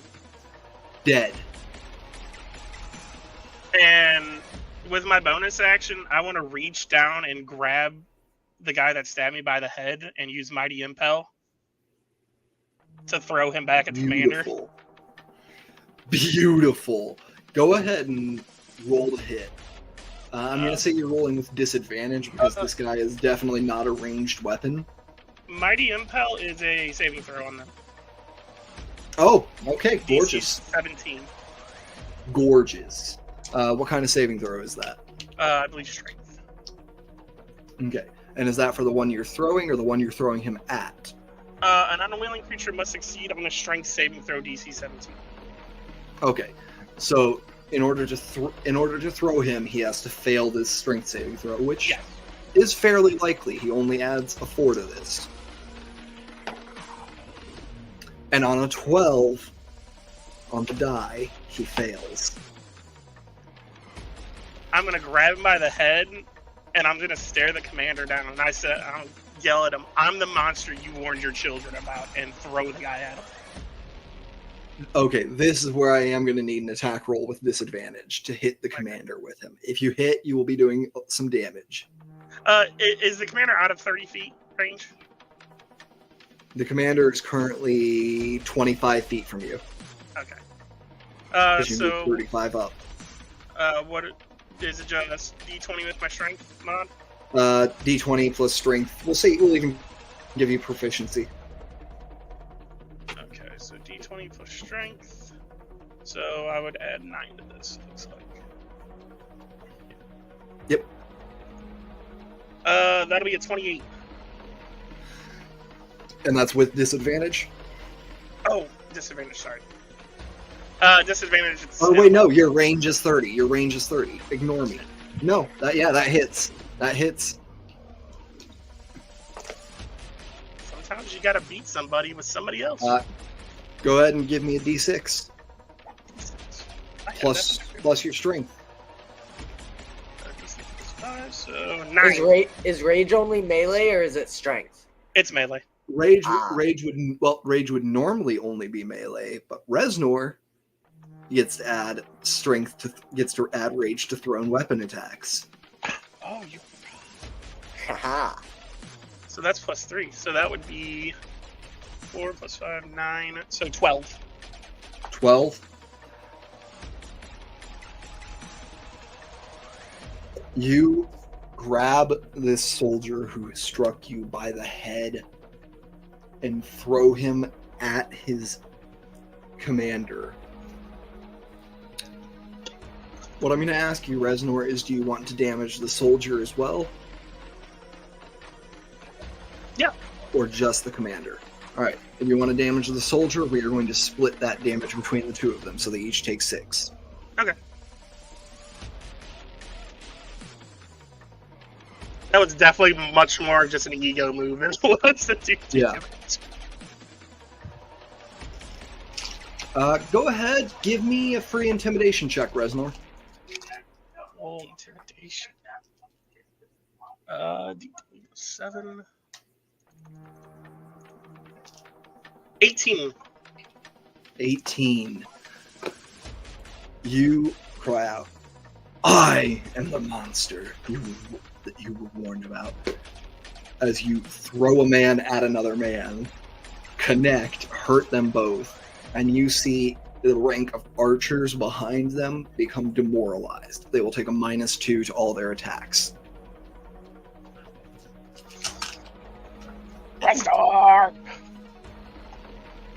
Holding the rest of your movement for the group movement? Yep. Alright, Coca-Cola. We're within 25 feet. 25 still. Okay. Or, well, I guess from the back you would be within 35. Yeah, so we haven't taken group movement yet, is what I'm asking. Essentially. Not this turn, correct. So I will stay with the group, and I'm going to do the same thing. I'm just going to Eldritch Blast from the back for my action. And since that's a cantrip, it means I can cast a leveled spell as a bonus action, right? Correct. Okay. So I'll do my bonus action first, and I'll, into my offhand, I'm going to cast Shadow Blade. Gorgeous. And so I'll have that in my offhand, and with my main hand, I'll just cast my Eldritch Blast. So there'll be 3 of them. Now, remind me, is your Shadow Blade automatically upcast, or are you still at level 2 spell slots? It's automatically upcast to level 3. Okay, cool. Yeah, so it Go does ahead and more. give me that Eldritch Blast. You're Yeah, targeting the commander again? Yes, because my thought process is if we take out their leader, they're going to scatter. So 3 blasts at the same guy. That's a nat 20 on the first one. Cool. So 29 with the nat 20. And then 12 and 9 is what? 21. 21 on the second one. And dirty 20 on the third one. 3 hits. Okay. So D10. Okay. Nice. And remember, we do double dice for Everon. Yeah, that's fine. I just dropped it. So, Okay. so I'll pick up in a minute. So that'll be a total of 4d10.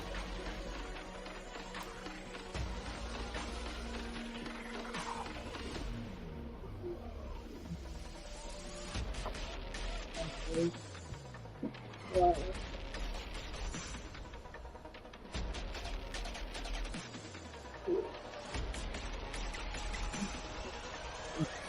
Hmm.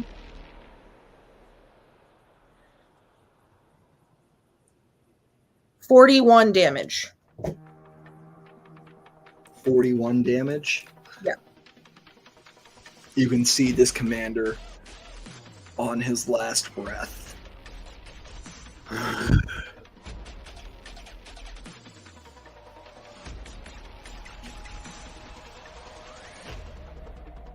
Anything else from Cola this turn?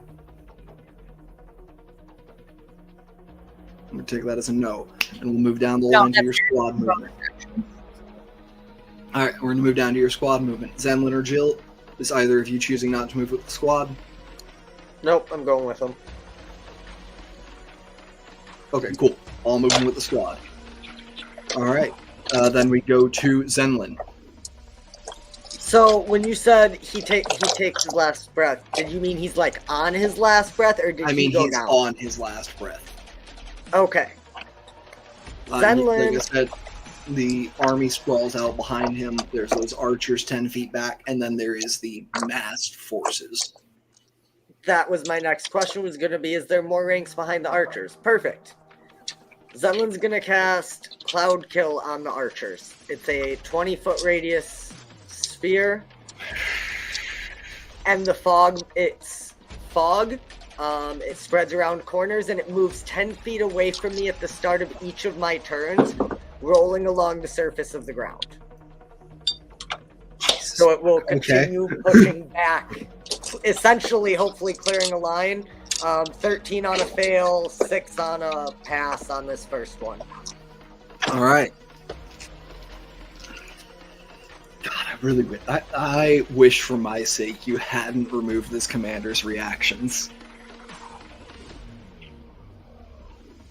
You made the right choice. Not You telling me knowing this how- commander has a counter spell up his sleeve? I'm telling you, this commander's special abilities are all reaction or bonus action. Nice. And one of his special abilities is that he gets to take 2 reactions a turn. Oof. But yeah, so a 20-foot radius, if it's centered on them, I don't know if that would catch him at all. No, if it's centered on the archers, it catches him and the other 4 slowed. Is Cloud Cold concentration? Yes, it is. Okay, so slow drops. That's okay. They're all super messed up at this point. We've already messed up their charge. He is going to use his reaction to counterspell. Oof. He can only do this as a 3rd level spell. So he I needs to roll don't against it, I believe. believe I have anything to Question. go back. Question. Is Cloud Kill higher than 3rd level? Yeah. It's 5th. Yes, what's your question? Can I counterspell his counterspell? Yes! Yes, you can. Yes! Okay, then I will. All right, no need to roll. That's a 3rd level spell. Countering a 3rd level spell, you're gone. It's gone. Let's see this Cloud Kill. What do I need to roll here for saves? Con saves. DC 16. Yep, 6 on a fail, so I don't know how last leg the commander is, but it's a minimum of 6, 13 is max. Oh, minimum of 6.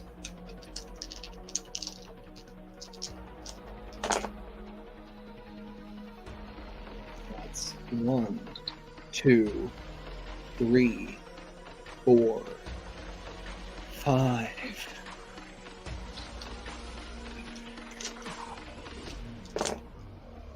6, 7, 8, 9, 10.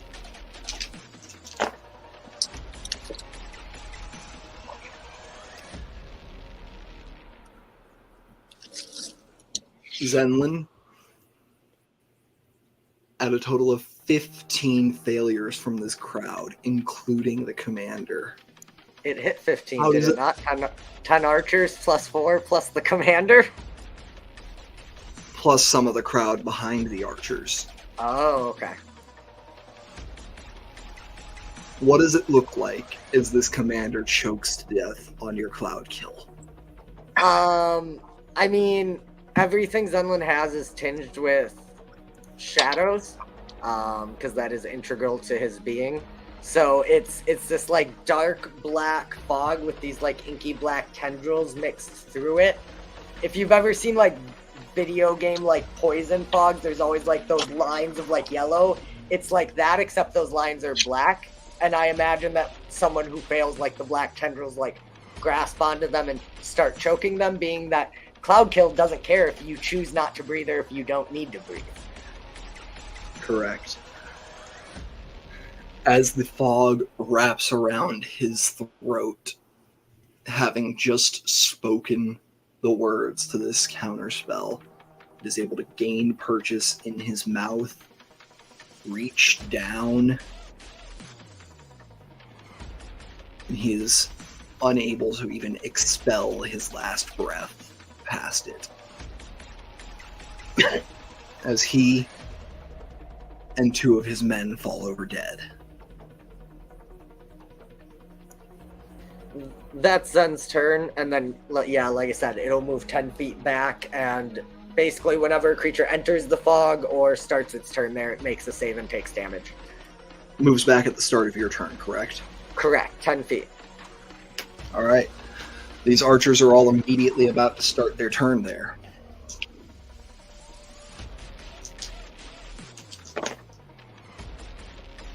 Jesus Christ. One save. Go ahead and give me the damage. The damage this time is much better. It's 23 on a fail or 11 on a half on a success. 11 on a success. Yep. 1 archer left standing.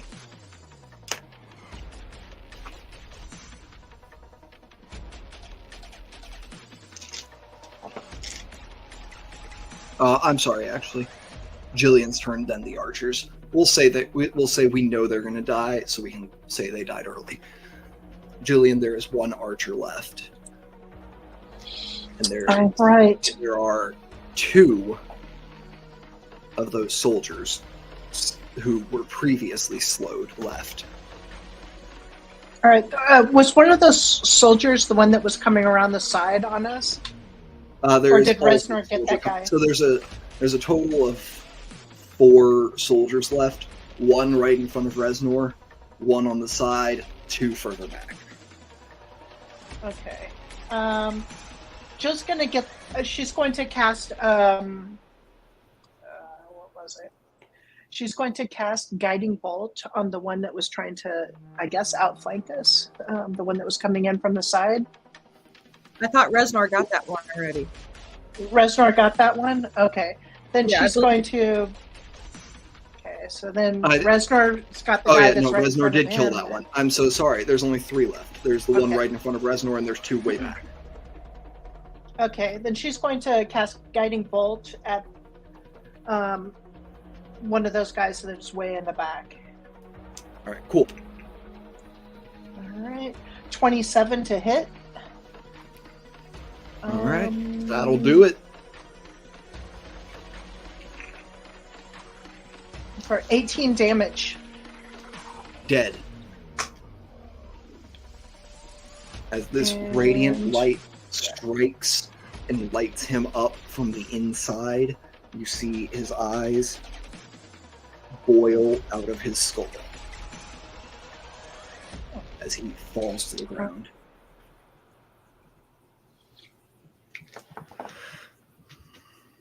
And end of turn. Yeah, I can't do anything on my bonus action. All right, cool. End of your turn. That 1 archer remaining is going to retreat back into the massed forces and let a shot off as they go. And they are going to shoot. They're going gonna shoot at Zenlin. They just saw what you did. It's a 16. If one of them hits, he'll pop a shield to make it 21. All right. Well, that will be a hit. Shield to 21. Does it still hit? That'll still hit. Okay. It's still up. It's 21 effectively. All right. Zenlin, you are going to take 4 piercing damage. That's nothing. All right. Damn, I forgot to have your Knowles and Breckish go as well, because I skipped them for the archers and then went to Jillian because I skipped Jillian for the archers. I'm all out of shape here already, gang. You're handling like 200 NPCs this battle. It's okay. I'm running 612 NPCs. I was going to say it's more than 200. There were 500 blade marks, if I remember. Yes. 500 blade marks, 100 miscellaneous, plus your squad. Plus a couple other extras. Yeah. Knowles, one of the Knowles is going to not step out of formation, but like swing up through Reznor at the one who's still in front of him. Take him down. Your path is clear and there is a cloud kill in front of you.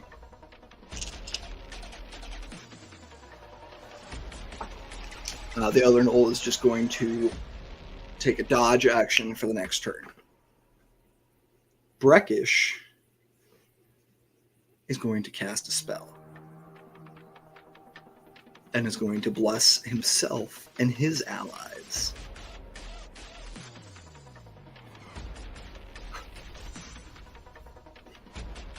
Then we're going to go to orcs, who are not going to throw hand axes this turn. They're just going to also take dodges.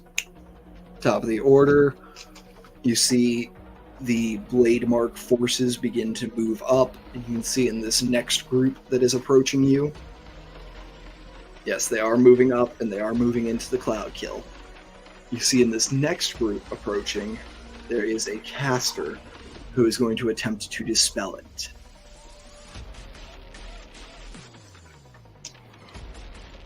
They're going to be rolling against this because they only have a 3rd level spell slot with which to dispel. They need to hit an 11 on this d20.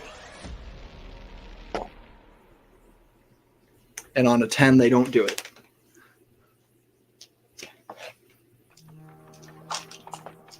I'll go ahead and roll the saves while Reznor takes his turn.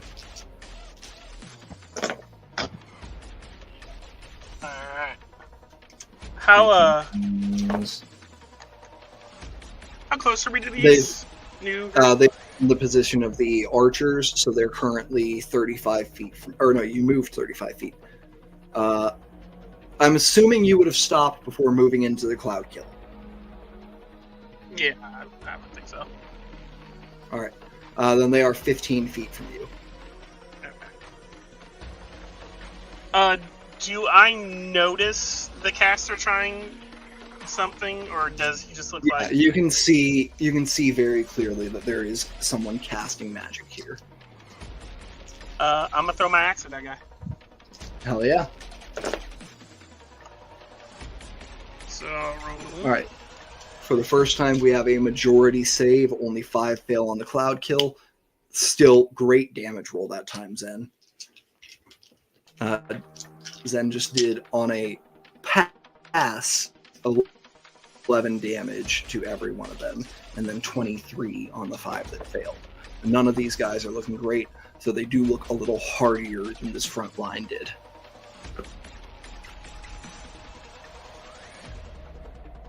That will be a 27 on my first attack against the caster. You see he throws up a shield, and you pass right through it.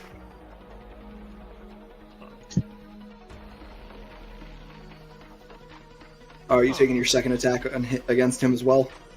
Yes. I'm going to use the Bless D4 for this one,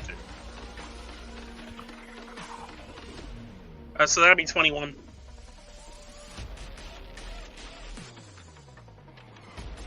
All right. 21 will hit. Go ahead and give me your damage. 16 plus 3 is 18 or 19. That'll be 22 lightning damage. All right. This axe of electricity passes through him on each side, scoring a massive seared wound.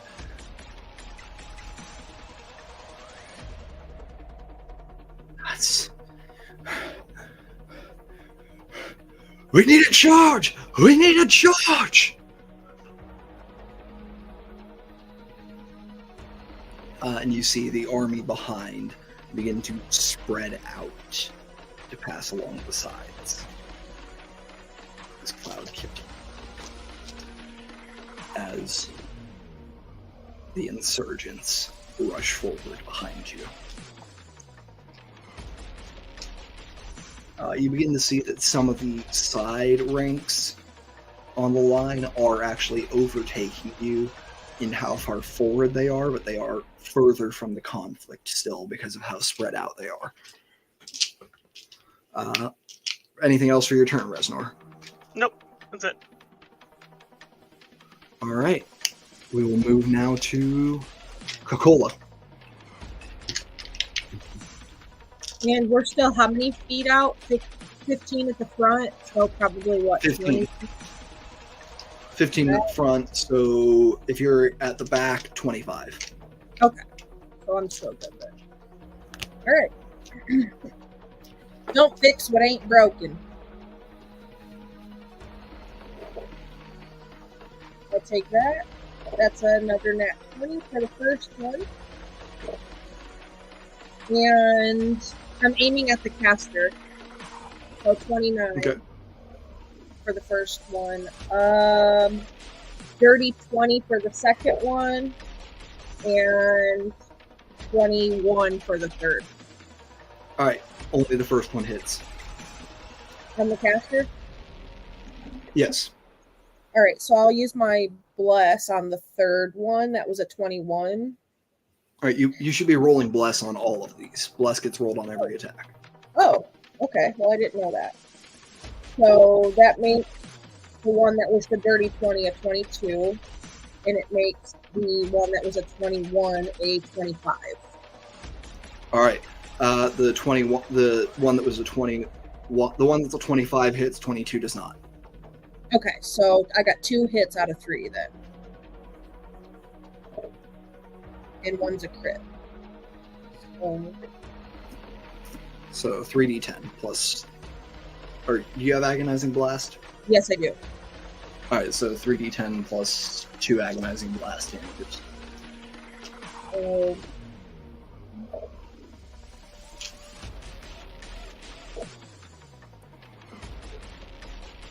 um, 28 damage total. All right. 28 damage total. Yes. Brings this caster to. All right. The caster, again, just like the commander before him, is on his last breath. Not quite down.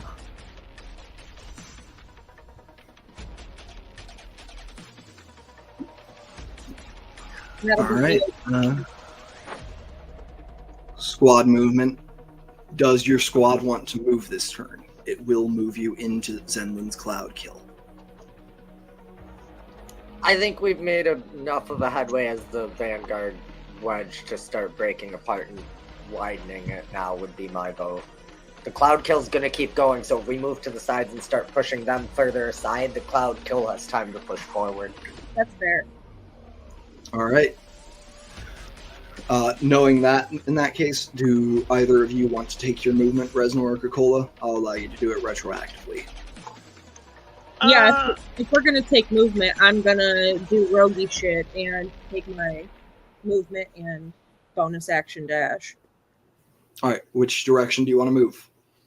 I'm on the left wing, so I'm gonna stay on the left wing. Okay, so you want to move left and forward, like around the cloud kill? Cloud kill, yeah.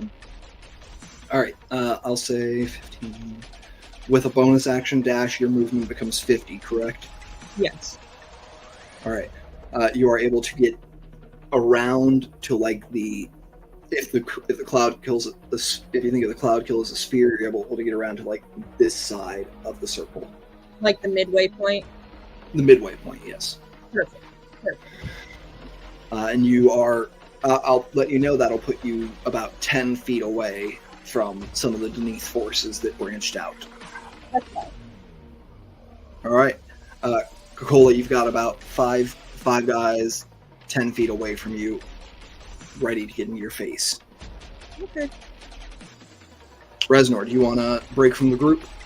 No, Reznor will actually stay where he is for now, just in case someone rushes forward through the gas. Smart. All right. Zenlin, you are up.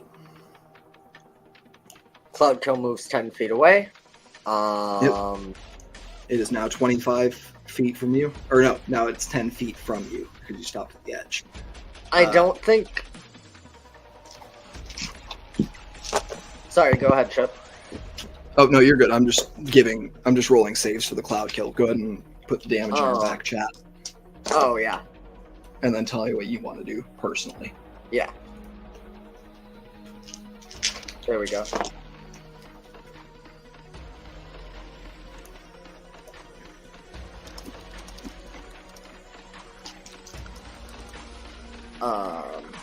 That was a slightly more lower roll for you. Cool. I don't think Zunlin's gonna break formation. He's not gonna actively move right now because the cloud kill is still pretty close. There's not a lot of point to pushing forward currently. But I am gonna pop a random fireball into. Oh, that wasn't. I didn't expect that to happen right away. That's a crazy roll. Into the squad, because I assume they're not one file, right? They have ranks on either side, so I'm gonna pop a fireball to the rank on the right since Coca-Cola is heading to handle the one on the left. Okay. All right. Let me give you the saves for that. 33 on a fail, or half on a pass. Not a single one passed. Not a single not a single one of the 8 dice I just rolled got above a 9. 33 on 8d6 is a pretty solid roll, I'm not gonna lie. Yeah. Yeah. As you watch this blast of fire happen next to your slowly moving poisonous, not even poisonous, half sentient murderous fog. Yeah, that's turn. We're not gonna bonus action on any sorcery points or anything. We're just gonna fireball and hold for the cloud to push probably one more turn before we start following. Zenlin, I'll let you know this turn between your 2 spells, you have killed 33 people. I mean, that's only what, 5% of the 600-man army?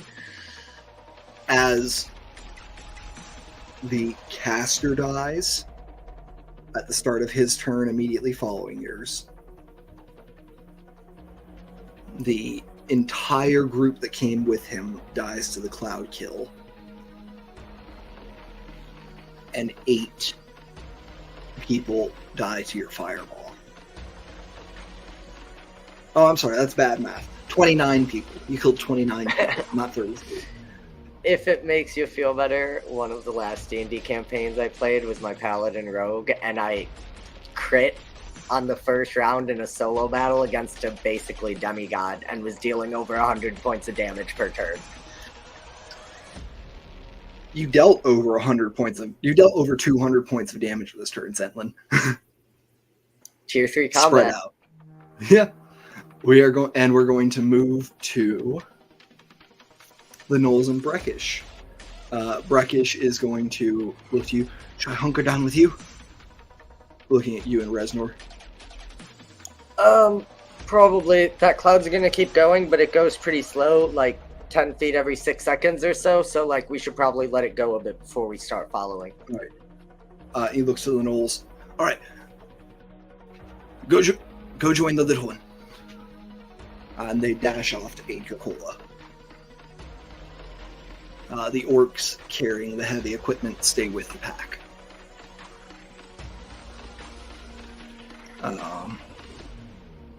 You can see the next line of archers back, just outside of the reach of the cloud kill, are going to try to shoot at all of you. You are partially obscured by the cloud kill, so they will be rolling with disadvantage.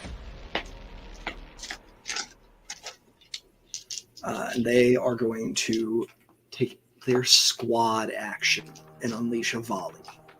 I'm going to need dexterity saves from everyone who remained with the party. So everyone but Coca-Cola, give me a dex save. So I don't know if I can do this, but since I have advantage against dex saves, can I give up the advantage to try and lower the damage on Breckish? I will say if you choose to fail, you can automatically let Breckish succeed. Let's not go with that.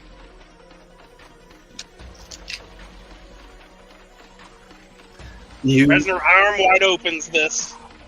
You peer across the battlefield through this haze, see the arrows being pulled back, and just stand tall and ready to cover Breckish behind you. Breckish is taking full cover from you, and you are going to take the hit. Zen got a 16. Zen got a 16. All right, Zen, you passed. You will not be hit. Jillian, dexterity saving throw. Jill got a 6. Did you? And don't forget, you have bless. Oh, that's right. I'll roll a d4. She got a 10. All right. Well, I don't know why I reminded you. I bless the DC in 10. I just didn't do the math in my head. Sorry, didn't mean to give you false hope there. But it is good that you made a good move covering Breckish here, Resnor. Gotta protect the payload. 6, 9, 13.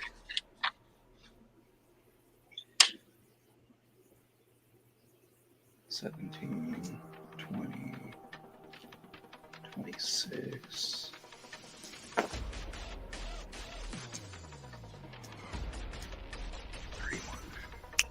Resnor, you're going to take 31, half to 15. Jillian, you're just going to take 31 damage. Okay. Is Bless a concentration spell? Yes. Bless Yeah. concentration. Do you want So I me need to a make that con save right now? DC 15 concentration check, yes. You have All right, and I have Warcaster. Yes. Yeah. So you'll roll that with advantage. And one of the orcs gets hit as well as this rain of arrows comes down. And one of the orcs drops. Not dead, but unconscious. And making death saving throws.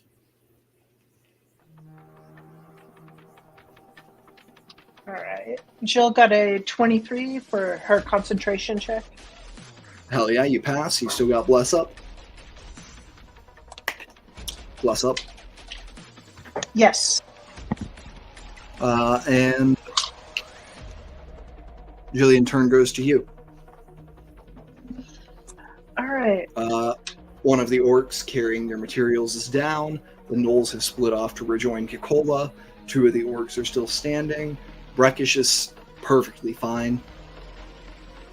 And Zen is looking good. Resnor took some hits, but I think Resnor's probably looking okay. Oh yeah, Resnor's fine. All right. Let's see. Jill would like to. She's going to cast Sacred Flame at. Is the spellcaster still up? Nope, fully dead. Okay, all right, excellent. The And next group in front is the line of archers that just fired at you. Okay. Can Like, directly Jillian in see front if of your anybody is in charge of the archers? Is there like a lead archer that's shouting the You can give me a- commands? You can give me a perception with disadvantage since they're obscured from you by the fog. Okay. Oops, I rolled 3 of them, but I rolled a 6. Jeez. Sorry, it's rolling a whole shit ton of perception checks. I failed. I got below a 6 on both of them. All right, yeah. You can't make out a commander. All right, she's just gonna attack anyone then. So let's see. The closest one she sees, she's gonna hit him with Yeah. Sacred Flame to do a DC. We'll just say 19. the archer, like on the far left of this line. Yeah. Has to do a DC 19. Oh, jeez. That is a save. All right. Anything else for your turn, Jillian? Any bonus actions? Because that was a cantrip. You can cast a bonus action spell. Yeah, she's going to. Well, let me roll for damage. I've got some D8s here. Let's see. You didn't. She's You didn't got- hit. They saved. Oh, I didn't hit. They saved. Oh, okay. All right, for a bonus action.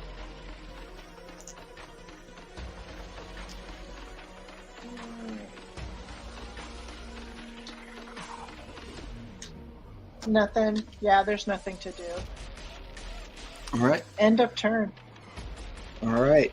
At the end of your turn, the orcs are going to go. We're going to roll a death save for that one that dropped first. That's a critical failure. 2 failed death saves. The other 2 are going to attempt medicine checks to stabilize their friend. They are not trained in this. It is a DC 15 to stabilize. They only have a +1 to wisdom. So one of them needs to roll a 14 or higher. 13 and a 3. Top of the order, Denise is going to move. Cola. The 5 in front of you are going to step up as a unit. 3 of them are going to use their action to use Shield Wall and provide a additional +2 to themselves and their allies who are not attacking this turn. The remaining 2 are going to rush forward, dropping the lance in their hand and drawing clubs to try to club you.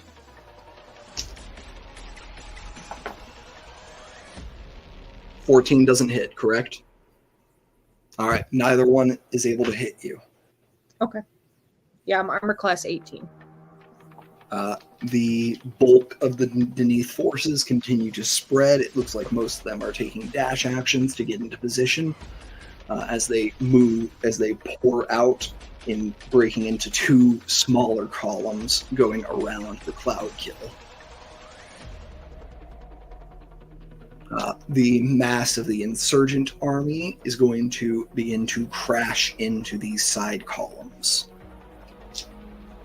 And you can see other conflicts beginning as the right flank takes advantage of the decimation left by Zenlin's fireball and the nat 20 I just rolled for them, and pours into the right column, absolutely starting to wreck shit. The left flank is also doing fairly well, taking advantage of the confusion of Denith having to split its forces. Reznor.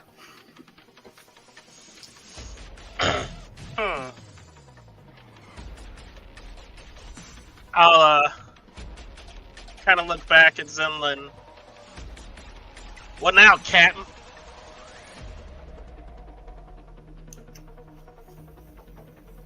Now we raise hell and cause confusion amongst the ranks since we've already broken their charge. I can do that. Is there still anyone in the Cloud Kill right now? Cloud Kill has killed everybody inside of it. Okay. And you can see the way the lines are breaking. It looks like they are breaking into almost a V with the archers in the center. So almost an A. There is left line, right line, line of archers. Okay.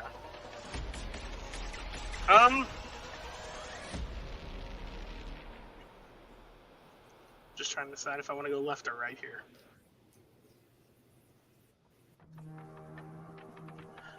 He'll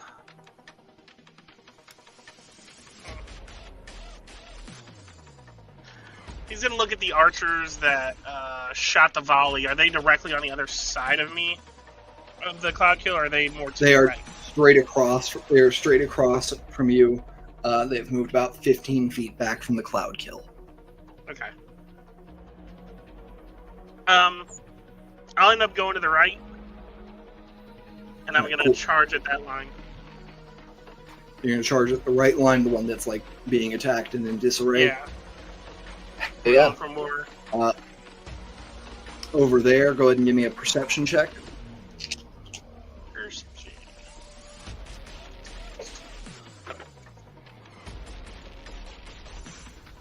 11. 11. You can see that there is not anybody in like the shining armor that first captain had, but there is someone who appears to have a painted like emblem, probably a sergeant's emblem, you'd guess, who's trying to regain order among the beneath ranks. It looks like there's a couple more people like him spread out throughout the ranks, but there is one who is closest to you. Close cropped beard, hair pulled back. Looks like his helmet's been knocked off in the confusion. Scratch above his left eye. Already bleeding. I'm gonna go straight to him. How close All can I right. get to him? What's your movement speed? 40. 40. You are able to get about 20 feet from him. And there are soldiers like 5 feet from you. You are you are up against the edge of the press. Okay. And you can see here along the right column, Yurtosh, about 30 feet down your line from you. Rip their heads off! Send them back to their mothers in pieces! That's rude, but okay. I'm just gonna go for the closest frontliner to me right now for my first attack. Hell yeah, give me that melee attack. I'll let you know right now, you're no longer seeing as many soldiers in this like nice plate armor at the front. You are beginning to see people in leathers and others, like you're seeing a blend of armors here. Gotcha. And the one closest to you is in leathers. That'd be 16. 16 will hit. 17. 22 lightning damage.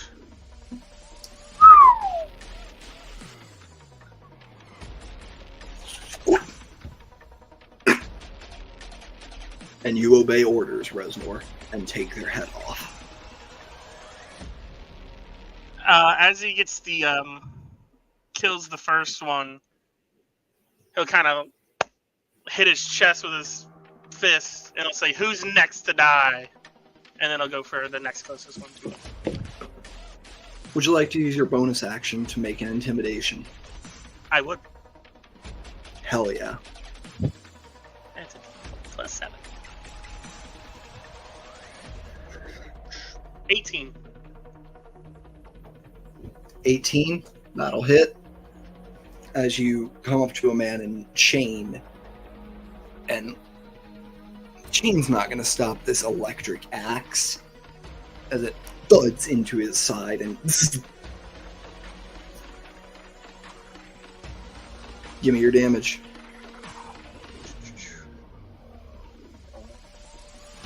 12, 15, 20. 20. Mhm. Dead. What was that intimidation, by the way? Oh, sorry. That was a 17. 17. You do not demoralize anybody on a 17, unfortunately. But you look damn impressive.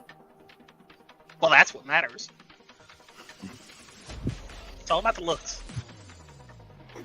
It is all about the looks.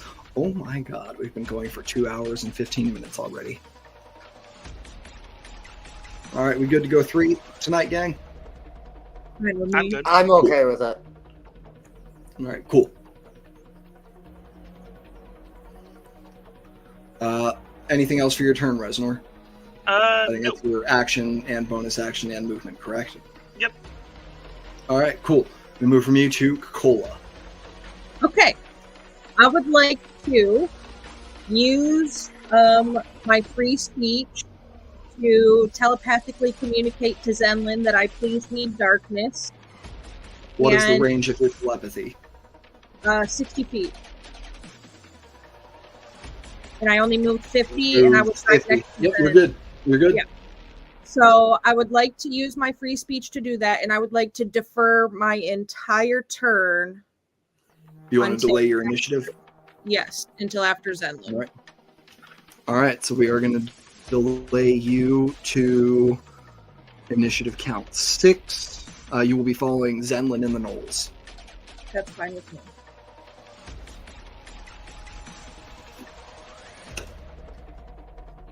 All right. We are no longer acting on squad movement unless Zenlin, the Knolls, and the... Nope, okay. We will knock squad movement out since you've all broken up. Zenlin, it is your turn. I'm trying to do some quick maths in my head.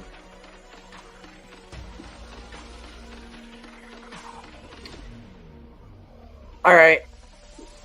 They've stopped pushing the center rank. We've crashed into them. We've broken it. Cloudkill has done its job, so I can give you your darkness. All right. I will say, yeah, no, the 10 feet wouldn't reach them because they moved back 15. Yeah, they move back 15, and they're just going to keep doing that as archers. However, I have a question, DM. As a Okay. shadow sorcerer, I have the ability to cast darkness using sorcery points. Yes. If I did that, would I then be able to quicken a leveled spell as a bonus action, or is that still casting a spell in bonus action rules? Because at that point, I'm not casting a... Like, it's kind of gray area. I can go either way, and I'll leave it to you.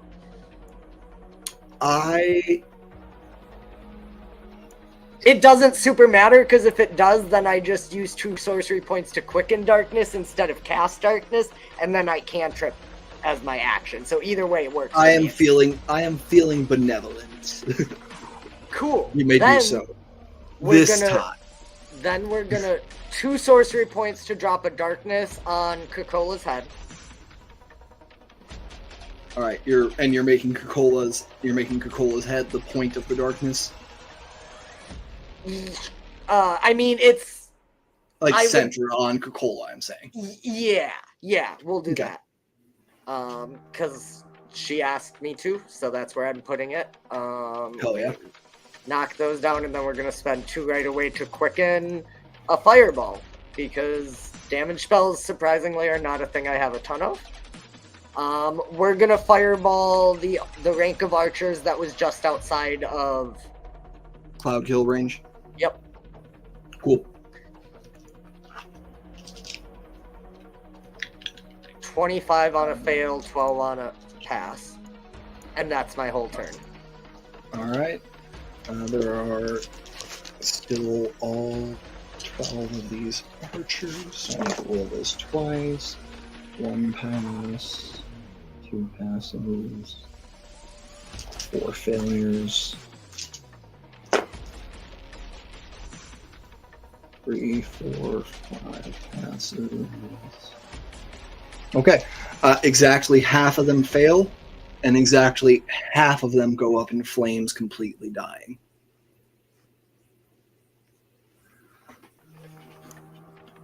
Then Cocola's deferment. Then the Knolls and Breckish. Because to defer, you have to defer to a lower number, so Coca-Cola deferred to 6 to follow you. Breckish is going to turn back. All right, I can only do this once more before I am out of magics and won't be able to pull off the ritual. And is going to grab his orc by the ankle and cast Cure Wounds.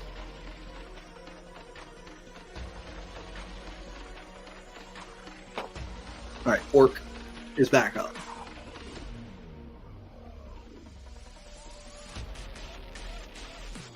All right. After that, the Knolls are going to. They're up there with you, Coca-Cola. They are going to take attacks on the 2 that did not shield wall, that tried to strike you.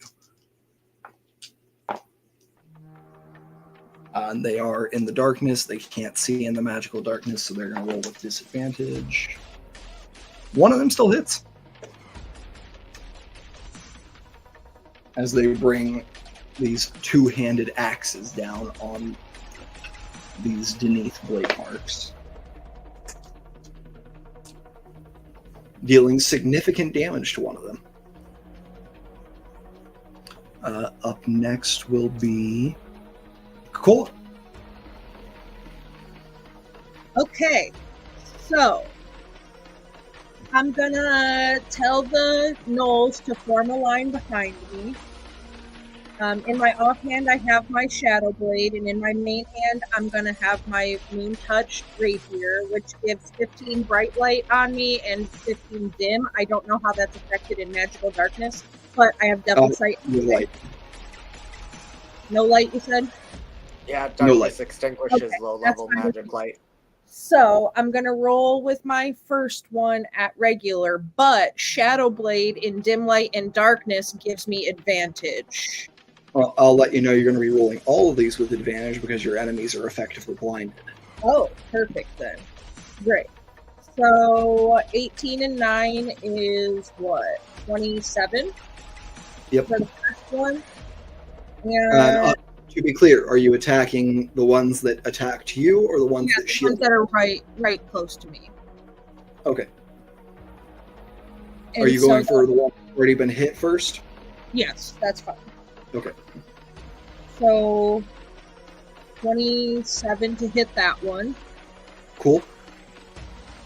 And does he look pretty close to full health?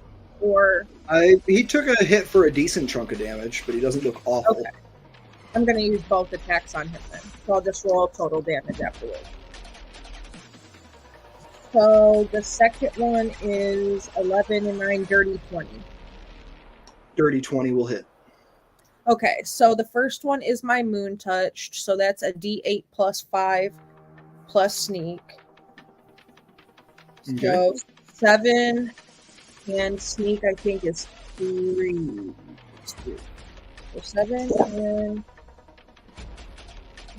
14 for the first one. Okay. And that, Still and up. yep, okay. So the second one is a dirty 20. Does that hit? That'll hit. Well, they're both dirty 20, so they both hit. So this is going to be 3d8 psychic damage. 16 psychic damage. All right. Drops. Perfect. So that will be action, bonus action, and I have 2 on me, so if I move, one will take opportunity attack, right? They Not cannot level see you. You have to be Perfect. able to see the enemy. Great. So I'm going to move on the opposite side, so that way if he tries to swing at me, he swings where I was and not where I am. All right. Cool. So that's what I'm doing. That's EOT for me. And then I'll just telepathically say, thanks, then. All right. at the end of your turn, Cola, we see a unit marching out of the left flank behind, out of the right flank where Reznor can see them. Heavily armored. And you see why you missed them before. Because amongst all of these blade marks, these 20 only come up to most of their hips. Maces in hand, we see 20 Jarasco clerics marching forward. And behind and bringing up the rear of their pack, Jillian, please give me a perception check.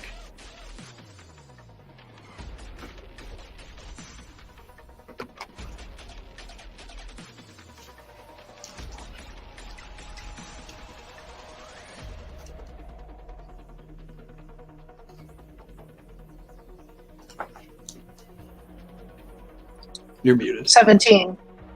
17. Yeah. Jillian, bringing up the back of this unit of Jarasco clerics, you see Prefect of the Church of the Sovereign Host, right hand of House Jarasco and Sharn, Sir Brienne,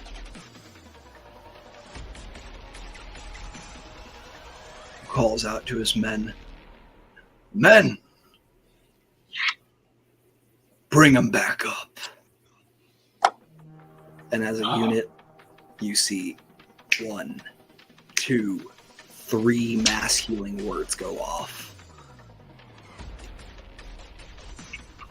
As the front vanguard stands back up behind you.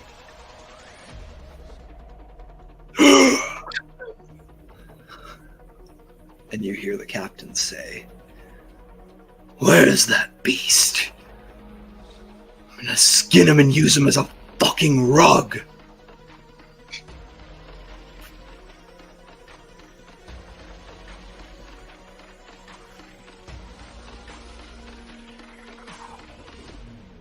They're not that healthy. It's only a healing word.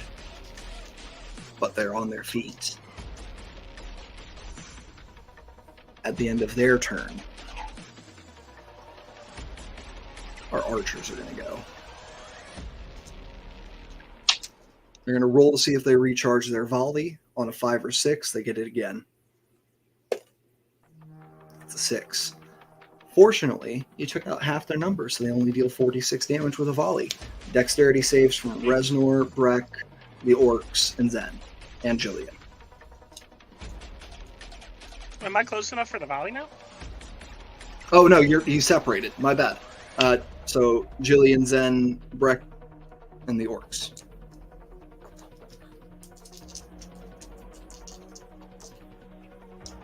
DC 14. Let me know if you pass or fail. 15 with the bless will get me a pass. Yeah, don't forget you have bless, Jill. Yeah, Jillian got a nat 20, so 23 on her dex. Gorgeous. Brackish passes. I'm going to roll for the injured orc first. That's a failure. Failure. Pass. The injured orc has 11 hit points. And I rolled 10 on 46. So all of the orcs fail, all of the orcs take 10 damage, none of them drop. And none of the rest of you get hit by this volley at all. Wait, are they full-blooded orcs? They are full-blooded orcs. Oh, don't they have the, like, relentless thing? They do.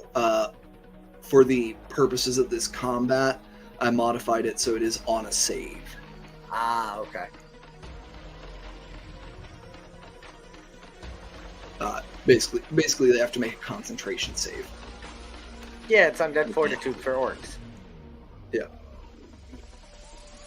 All right.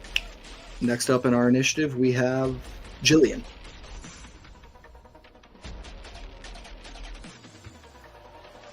Jillian, Sir Brienne is the one who first came to your home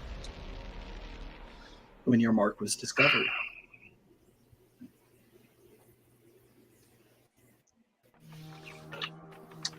This is really hard because Jill has so much respect for him, but you got to do what's right for the people, and You got to do what's right for the people.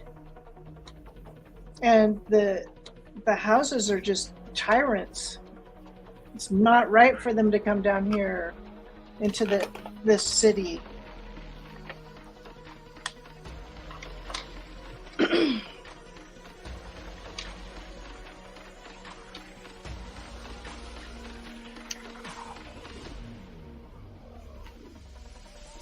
What would you like to do? I know this sounds crazy, but Jillian's going to cast Thaumaturgy, and she's going to yell, "Watch us knock these tyrants down over and over again." And she casts. She just yells that. That's the only thing she can think to do is like. You can give a bonus action healing word to someone if you want as well, since that's a cantrip.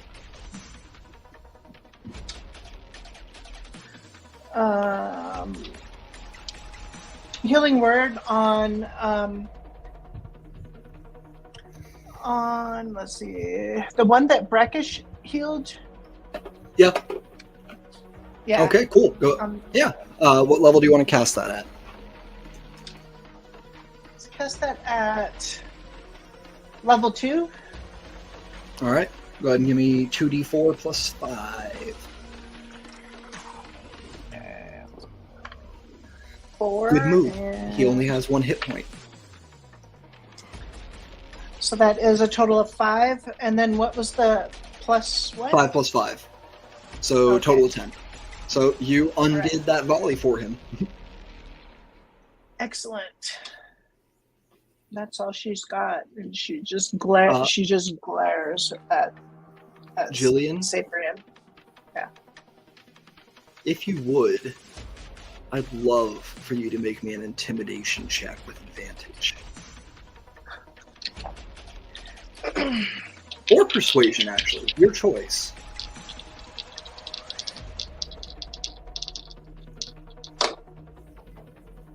Oh, I got a nat 20 with persuasion. That would be a plus 6. On a 26, knowing your voice, but not expecting to hear you, they do not place it as you, but they know that that is a voice they know.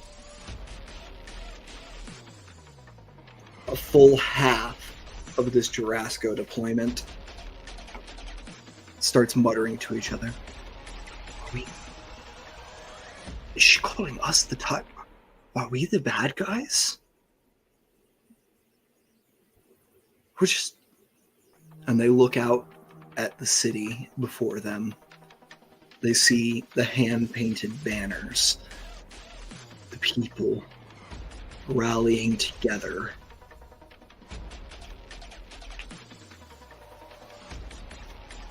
And Sir Brienne is going to make a very important perception check here.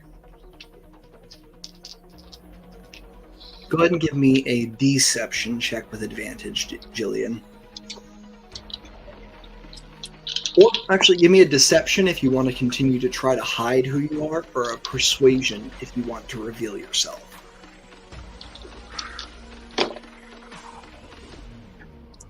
Let's see,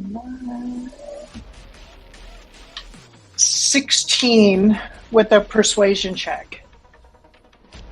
As you do the thaumaturgy and throw your hood back, Bless does not apply to skill checks. Only guidance does. A natural 20 on that perception. Sarah Brienne's eyes lock on you.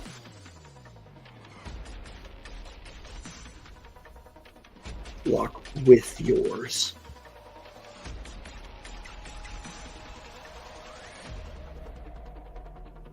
He opens his mouth to speak. Jarasco will not bow to tyrants, and throws down his hammer.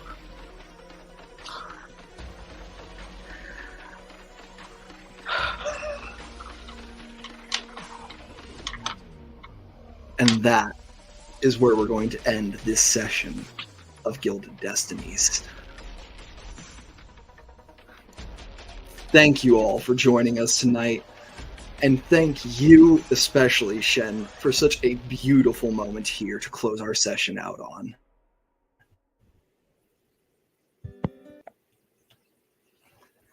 I've been your GM, Chipper. With me tonight, as always, I have Hooli, Shen, It's Not Duke, and Don. And we will catch you next week for the end of the war. Bye-bye.